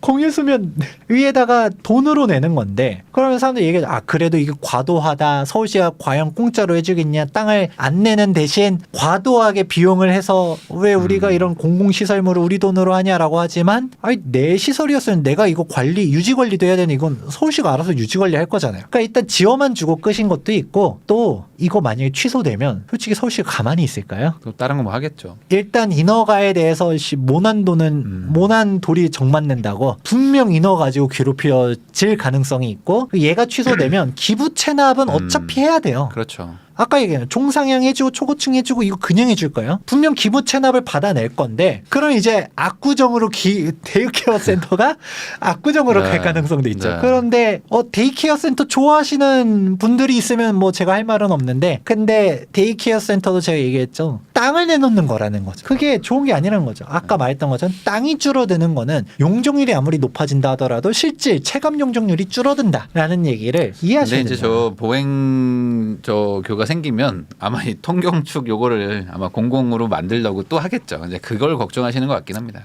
그렇죠. 네. 근데 핵심은 우리가 기부 채널을 피할 수가 없다 보니까. 네. 그렇죠. 그거야. 그러니까 결국은 그러면 선택을 해야죠. 일반 문양 없이 우리는 그럼 1대1 재건축을 하겠다. 그럼 우리는 박수 쳐줄 수 있습니다. 네. 멋있다. 역시 압구정 1대1 재건축. 또 하이엔드로 가면 우리 8억씩 내겠습니다. 그러면 임대주택 지을 필요도 없고 멋있죠. 네. 그렇게 하면 누가 뭐라 합니까? 근데 일반 분양은 하고 싶고 기부 체납은 하기 싫고, 그러면 사업이 못 가는 거죠. 그러니까 어쩔 수 없는 측면도 있다라는 거를, 그러니까 이제 이런 얘기하면 또 좋은 얘기 해주면 김재경 소장 역시 전문가 하다가 이런 얘기하면 김재경이 나쁜 새끼 서울시 앞제비냐 막 이런 얘기 할 수가 있을 텐데, 그러니까 우리가 팩트는 알고 받아들여야 된다는 거죠. 이거 없이 그냥 보면 서울시가 악당되고 뭐하고, 물론 서울시가 너무 과도하게 요구하는 것들은 저는 서울시도 양보를 해야 된다라고 봅니다. 대표적으로 단지를 반토막 내는 것들은 줄여야 된다 보는데, 그렇죠. 그래도 우리가 서울시에서 사실 혜택적인 측면, 사실 윈윈이잖아요. 임대주택 백날 지어봤자 이거 서울시 돈으로 지으려면 돈이 많이 들어가는데, 이거를 재건축하면서 공공기여금으로 갖다가 짓는다라고 하면 사실 이게 압구정 주민들 입장에 이거 우리한테 호재가 아니다. 이거 뭐 오히려 강북 사람들 내려오고 뭐하고 하면 시끄러워질 거라고 생각하지만, 그래도 품격 있어지는 단지가 되긴 하겠죠. 뭐 조금 보시는 것도 좋을 것 같고, 실제로 3월 29일자 아까 말한 서울시 대책 나온 이후로도 보도자료 보면 압구정 복무행교라든가 데이케어 센터를 꺾을 생각은 없다라는 서울시 발표도 있습니다. 그러니까 우리가 어쩔 수 없으면 최대한 이득은 실은 취하고 어쩔 수 없는 거는 주고 이런 식으로 가는 게 현명하지 않을까 생각하고요. 근데 이런 사항들은 아까 봤었던 것처럼 한강변에 있는 애들은 덕계공원 하면서 할 수 있는 건 있지만 그게 아닌 곳들은 그러면 우리는 이거는 현금 내는 거 시설물로만 기부 체납하는 거 좋다는데 이건 저는 못 받나요? 라는 질문할 수 있을 텐데 여기서 되게 좋은 케이스가 하나 있습니다. 도로랑 공원 입지할 때 이거 그냥 보면 이게 뭐지 싶을 수 있어요. 도로 위에 이거 뚜껑 덮는 건 뭐지? 이거가 가장 대표적인 케이스가 바로 아크로 리버파크에 있습니다. 지도로 보다 보면 여기 점점점점점 점선 있는 곳이 있죠? 이게 도로예요. 지하도처럼 이렇게 돼 있잖아요. 그 도로를 실제로 사진으로 보게 되면 완벽하게 지하로 하려면 돈이 너무 많이 드니까 약간 한 반지하 느낌으로 살짝 낮추고 위에는 덮어버리는 거고 그 이제 설계의 기술이죠. 레벨을 좀 맞춰서 여기는 평지처럼 만드는 그렇게 해버리면 단지가 반토막 나지 않는 거죠. 여기 1단지, 2단지가 될 숙명을 다 100번대 동으로 하면서 가는 것도 있고 이거는 뭐 그렇게 중요하지 않을 수도 있고 중요할 수도 있겠지만 단지가 도로로 단절돼 있으면 관리사무소도 각각 둬야 되도록 돼 있어요. 법이. 그럼 이것도 뭐 불편하잖아요. 그러니까 하나의 단일 단지로 만들고 그리고 차가 왔다 갔다 하면 소음 문제도 있고 위험하기도 하고 그러니까 이게 훨씬 좋을 수도 있고 또 무엇보다 기부 체납을 하잖아요. 시설물로서. 근데 이거는 어차피 국공유지 위하니까 이거는 서로 윈윈. 내 단지의 프리미엄이 높아지면서 현금으로서 내는 효과를 가져갈 수 있는 게 이런 케이스다. 그러면 수색증산 뉴타운도 보다 보면 여기 아파트 있지만 단지가 쪼개져 있어요. 참 안 좋죠. 근데 이거를 예를 들어서 지금 이미 끝났지만 예를 들어 뭐 기술적으로 한다면 덮어버렸다라고 하면 돈은 들지만 소음 문제도 해결되고 단지 이동도 자유롭고 얼마나 쾌적해지겠어요. 여기 옥수동도 저도 옥수동 살고 있지만 이게 뭐 경사질에서 가능할진 모르겠지만 예를 들어 지하로 해놨다 덮었다라고 하면 관리사무소도 하나로 통합할 수도 있고 커뮤니티 이동하기도 좋고 훨씬 이 녹지축 만들어주기가 얼마나 좋아져요. 정말 더 프리미엄 단지가 될 수 있었겠죠. 이런 상황들을 해결할 수 있기 때문에 여러분들도 이게 모르면 못 찾는 거예요. 그런 조합도 현명한 조합들은 단순히 공원 기부채나 임대주택 이런 게 아니라 약간 종전에 있었던 도로가 있었다. 이거를 딱 막을 수가 없다라고 하면 우리 피할 수 없으면 즐겨라라고도 하죠. 우리가 최대한 활용할 수 있는 선으로 이거 서울시에 제안하는 거예요. 우리 이거 반지로 해서 덕계로 해서 하겠습니다. 그럼 여기 특히 이런 공원이랑 있는 데는 녹지축을 연결하겠습니다. 서울시가 좋아하겠죠. 이 녹지축이 늘어나겠네? 하면서 그렇게 해서 조금 뭔가 딜, 협상의 수단으로 하면 너무 좋다. 그러니까 제일 워스트는 땅을 내놓는 거. 베스트는 현금을 내놓는 건데 현금은 서울시가 안 받으니까 국공유지위에서 내놓는 시설물을 낼 수 있는 사항을 확대하겠다고 한 이번 발표가 정말 혁신적인 케이스다라는 것을 그냥 보도자료만 보면 이렇게 설명을 안 해놓잖아요. 그러면 이거 설명을 서울시가 하기도 좀 그래요. 왜냐면 서울시는 용적률이 좋아져요라고 해야지 높아져요라고 해야 사람들이 좋은 건가 보다 하면서 가는 건데 서울시가 이렇게 땅을 많이 빼앗고 있습니다 하면 분노하잖아요. 그렇다 보니까 이게 뭐 그냥 아사모사 넘어갔지만 이거를 여러분들 이해해보면 진짜 체감 용적률이 진짜 높아지려면 우리 용적률 300%가 됐는데 350%가 됐는데 땅이 줄어들면 체감 용적률이 떨어지기 때문에 그러면 진짜 사업성을 개선하기 위해서는 이런 현금성 시설물로 기부 체납하는 방안들을 잘 연구해보면 좋겠다라는 것까지 결과적으로 이제 체감 용적률이 좀 높아진다라고 봐도 되는 거네요. 이런 것까지 이해하면 고수의 영역까지 왔습니다. 사실 이런 얘기를 어디서도 듣기가 어려웠을 거예요. 그러면 마지막으로 제가 여러분들에게 좀 생각해 볼 수 있는 포인트까지 한번 시사점도 던져드리면서 마무리 보도록 하겠습니다. 용적률이 높은 게 과연 좋을까? 사실 1차원적으로 생각하면 높은 게 좋다라고 생각하고 그리고 높은 게 실제로 좋은 건 맞아요. 제가 그걸 부정하고 싶진 않습니다. 근데 그러면 우리 쭉 얘기했습니다. 기초부터 고급까지 심화 과정까지 갔죠. 당연히 종이 높으면 높을수록 용적률이 높다는 얘기 해드렸고 그런데 이 용적률도 기준 허용 상한이 있다는 얘기 해드렸죠. 그래서 당연히 종상행해준다고 무조건 가는 게 아니라 상한 용적률은 과도한 공공기여를 해야 된다라는 거. 내게 아니다 생각을 하셔야 된다라는 말씀 해드렸었죠. 그래서 여의도 봤던 것처럼 아무리 일반 상업지를 종상해줬어도 기준 용적률 230, 허용 350, 상한이 800%. 그러니까 이 800으로 생각해서 용적률 쫙쫙 올리려고 보니까 임대주택 촌을 만들어야 되는 거고 공공기여를 과도하게 해야 되는 거고 그러니까 우리 뭐야 생각한 것보다 사업성이 안 늘어나잖아. 일반 일반 분양 세대 수가 생각보다 안 늘고 임대주택만 많이 짓는 거잖아 라는 내용이 여기서 등장하는 거다. 그렇게 움직이다 보니까 이게 용적률 인센티브가 과연 좋은 건가 라고 했을 땐 좀 애매한 게 역세권 사업들 있잖아요. 사람들이 네. 역세권 시프트 이거 어떨까요? 라고 하면 저는 역세권 시프트가 실질적으로 사업상 그렇게 뭐 안 좋은 건 아닌데 좋다라고 말하기 어렵다라고 생각합니다. 왜냐면 역세권 시프트는 서울시에서 주도하는 것도 있고 용적률 인센티브 많이 주거든요. 네. 근데 시프트가 뭐예요? 그런 파격적인 제안을 공짜로 해주지 않는다는 거죠. 임대주택을 장기 전세니 뭐니 열심히 삥을 뜯어가겠다는 거죠. 그러니까 이런 임대주택들을 갖다가 용적률 많이 해주고 뭐 역세권 기준이 250도 있고 300도 있고 뭐 하는데 청년주택 내놔, 임대주택 내놔 이런 식으로 가고 종상향을 해줘도 아까 말한 기부 채납 결국 임대주택 이런 상황이 나오니까 막상 찻대고 포대고 신축이 되는 거는 좋긴 해요.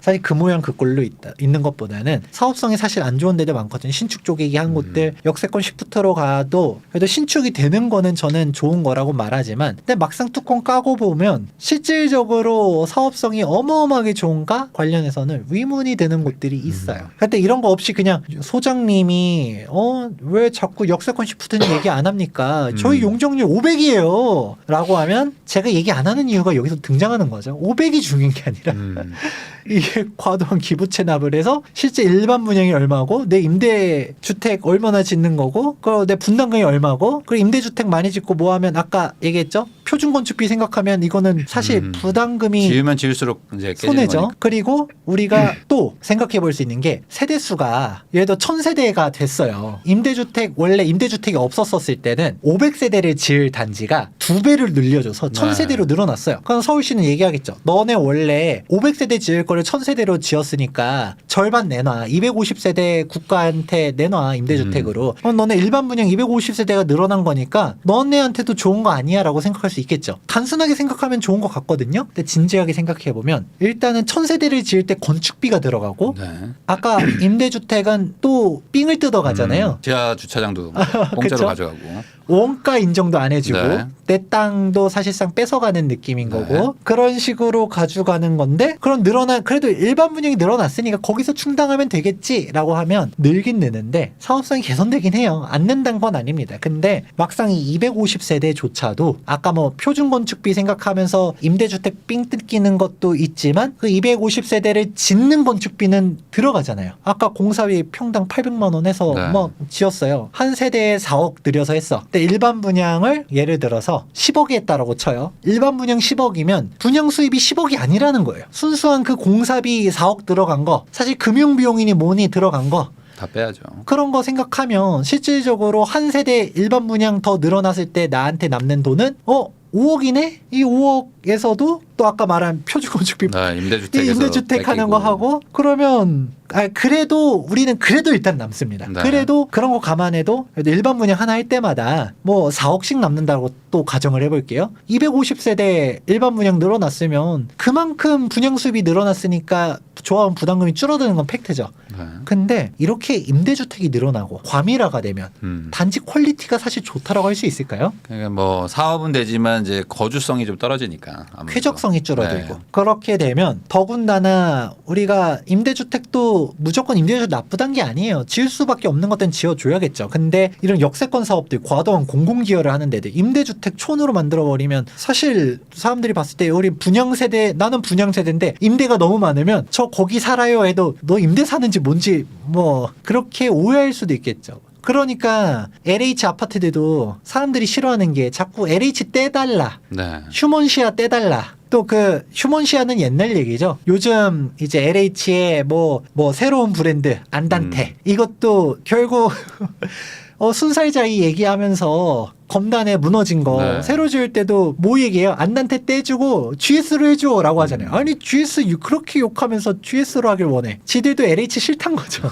그러니까 이거 완전 내로남불의 극치인데 그만큼 뭔가 나는 이 단지 우리가 뭐 사실 이름만 바꾼다고 달라지겠냐라고 해도 그래서 사람들이 그 이름을 중요하기 때문에 약간 우리가 임대단지라는 느낌 드는 거를 싫어한다는 거죠. 우리 네. 분양인데. 근데 이런 역세권, 과밀 이거를 좋아할까? 그렇지 않다는 거를 생각해 보셔야 됩니다. 그러니까 이렇게 이런 부분들 보다 보면 임대가 일반적인 재개발 재건축보다 어마어마하게 많이 삥을 뜯어가요. 그러면 이게 과연 좋은 사업인지를 한번 생각해 볼 필요성이 있고 결국은 종상향을 해줘도 이 상한 용적률은 기부 체납을 해야 된다라는 거를 네. 생각해 봐야 되기 때문에 이것도 똑같은 거죠. 우리가 종상향을 쫙 해줘도 내 땅이 줄어드는 거에 따른 체감 용적률이 있고 그리고 그만큼 기부 체납하면서 공사비를 더 부담하게 되는 게 있는데 실질적인 순수 수익은 얼마나 될 것인지 그걸 고려해야 되는 겁니다. 결국은 이걸 한마디로 정의할 수 있는 게 건물의 가치랑 땅의 가치라고 얘기를 해요. 당연히 건물의 가치가 높아요? 땅의 가치가 높나요? 땅의 가치가 높죠. 당연히 땅의 가치가 높죠. 네. 특히 이게 지방은 용적률 높게 받아서 짓는 게 유리하긴 해요. 땅값이 싸니까. 근데 우리가 서울에서도 주요 지역들 아까 말한 데들 어디예요? 압구정, 여의도, 반포, 성수 땅 한 평 가격이 2억씩 넘어가는 곳들이잖아요. 땅의 가치가 어마어마하게 높은 곳이면 최대한 땅을 안 내놓는 게 유리한 거예요. 그러면 우리가 땅을 보존하고 뭐 미래 세대의 재건축 뭐 이것까지는 생각 안 한다 하더라도 대지 지분을 그렇게 깎아버리는 게 과연 좋을까요? 이거를 서울시가 절대 얘기 안 합니다. 왜? 서울시는 땅을 받아야 되잖아요. 너네 체감 용적률 떨어져. 실질적으로 늘어나는 순수 용적률은 별로 안 돼. 라고 말할까요? 그러면 사람들이 손가락질을 서울시 나쁜 새끼 이렇게 할 거기 때문에 이건 서울시도 얘기 안 합니다. 그리고 이걸 조합에서도 얘기할까요? 조합도 일단 조합장도 이런 개념 잘 모를 겁니다. 모르는 사람이 전 태반이라 생각하고요. 그리고 요즘 좀 젊은 조합장이라든가 좀 아는 사람들은 알긴 알아요. 알긴 아는데 이걸 조합원들한테 설득하기 어려워요. 왜냐? 이게 이 조합장 나쁜 놈으로 연결되거든요. 이제 아니 우리 단지는 용적률 250으로 짓는데 그럼 얘기하는 거죠. 야 제정신이냐 옆에 단지는 용적률 300으로 가는데 너는 무능해가지고 용적률 250밖에 못 짓는다 하면 이제 조합장이 얘기하는 거죠. 아 우리가 분담금은 많이 내도 임대 아파트를 좀 줄이고 그리고 기부 체납을 어차피 이거 많이 해야 되기 때문에 실질적인 뭐 체감 효과가 그렇게 크지 않습니다. 생각해도 당장 조합원들은 내 분담금 몇 천만 원 1억 덜 내는 게 중요한 사람들이잖아요. 네. 그거 가지고서 떠드는 거죠. 근데 이제 그러면 조합장 입장에서 굳이 이걸 설명하는 것도 어렵고 이해시키기도 어려운 거죠. 그리고 맨 마지막으로 건설사도 이걸 얘기 안 합니다. 왜일까요? 세대수가 늘어나야 전체 도급 단가가 네. 높아집니다. 우리가 아니 뭐 세대수를 임대주택이라도 해도 우리가 임대주택이라고 임대주택 짓는다고 건설사가 깎아주는 거 아니니까. 깎아주는 거 아니잖아요. 네. 그러면 전체 세대수가 늘어나면 건설사는 무조건 땡큐인 거거든요. 그럼 건설사도 굳이 용적률 높이는 거를 막을 필요가 없어요. 오히려 약간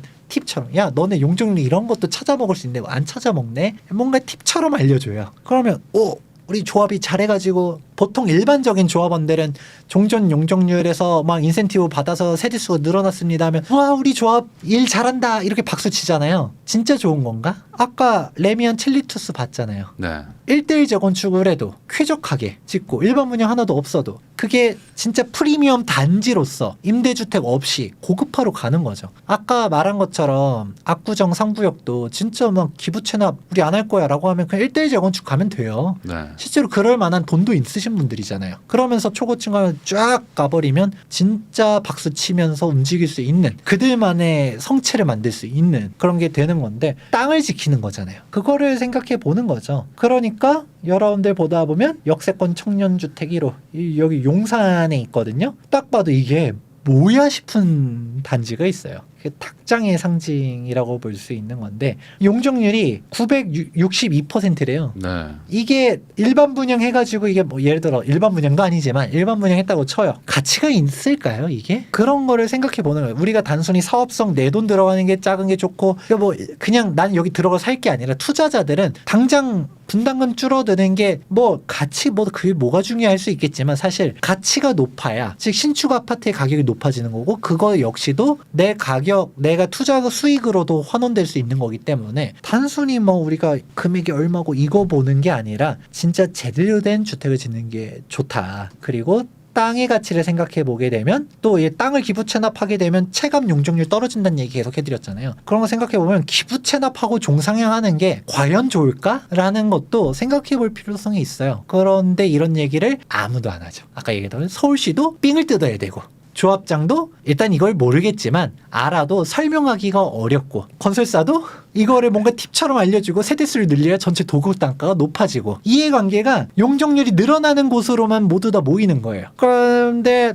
저도 이거가 불과 한 1, 2년 전만 하더라도 얘기를 할 생각을 못한 게 얘기해도 이해도 못할 거고 그리고 얘기해도 뭐 바뀔 거라고 생각도 안 하고 근데 지금은 자꾸 이런 기부 체납에 대한 부분들이 계속적으로 나오잖아요. 네. 예전처럼 뭐 사업성을 따지고 하다 보니까 어차피 이런 기부 체납할 바에는 오히려 기부 체납 없이 분담금 우리가 낼 돈 내고 쾌적한 단지를 짓는 게 훨씬 더 좋지 않을까 생각해 볼 필요성도 있다라는 차원에서 제가 여러분들이 용적률 이런 건물의 가치 땅의 가치를 한번 생각해 보는 것도 어떤가라는 사항을 시사점으로서 한번 또 말씀드리고 마무리해 보도록 하겠습니다. 사실 뭐 이 용적률이라는 게 뭐 아까 말씀하신 것처럼 결국에 뭐 어떤 사업성에도 연관이 있기 때문에 뭐 여유가 있으면야 여유가 있으면 이제 땅을 지키는 게 뭐 누구나 이제 하고 싶겠지만 또 이게 또 마냥 또 그렇지도 않다 보니까 항상 이게 좀 그 접점 그 중간에 이제 어느 정도 합의점을 찾는 게 참 어려운 게 아닌가라는 생각도 좀 들긴 듭니다. 그래도 오늘 아마 이 사실상 뭐 강의 수준이었는데 이걸 들으시면서 단순히 용적률이 대지 면적 대비 얼마 짓고 이게 아니라 되게 많은 것들에 영향을 주고 또 아까 말씀하신 것처럼 숨겨져 있는 뒤로 내가 뜯기는 것들도 많다. 이런 것들도 한번 배우신 거가 아닐까라는 그런 생각도 좀 해봅니다. 지금까지 투미부동산 컨설팅의 김재경 소장님하고 용적률 그리고 이제 최근에 발표된 이제 서울시에서 이제 그 재개발 재건축 사업성을 강화하는 그런 정책을 발표한 것이 어떻게 영향을 주는지 한번 이야기 나눠봤습니다. 긴 시간 시청해 주셔서 다시 한번 감사하다는 말씀 전하면서 저도 소장님하고 인사 나누겠습니다. 소장님 오늘 고생 많으셨습니다. 네.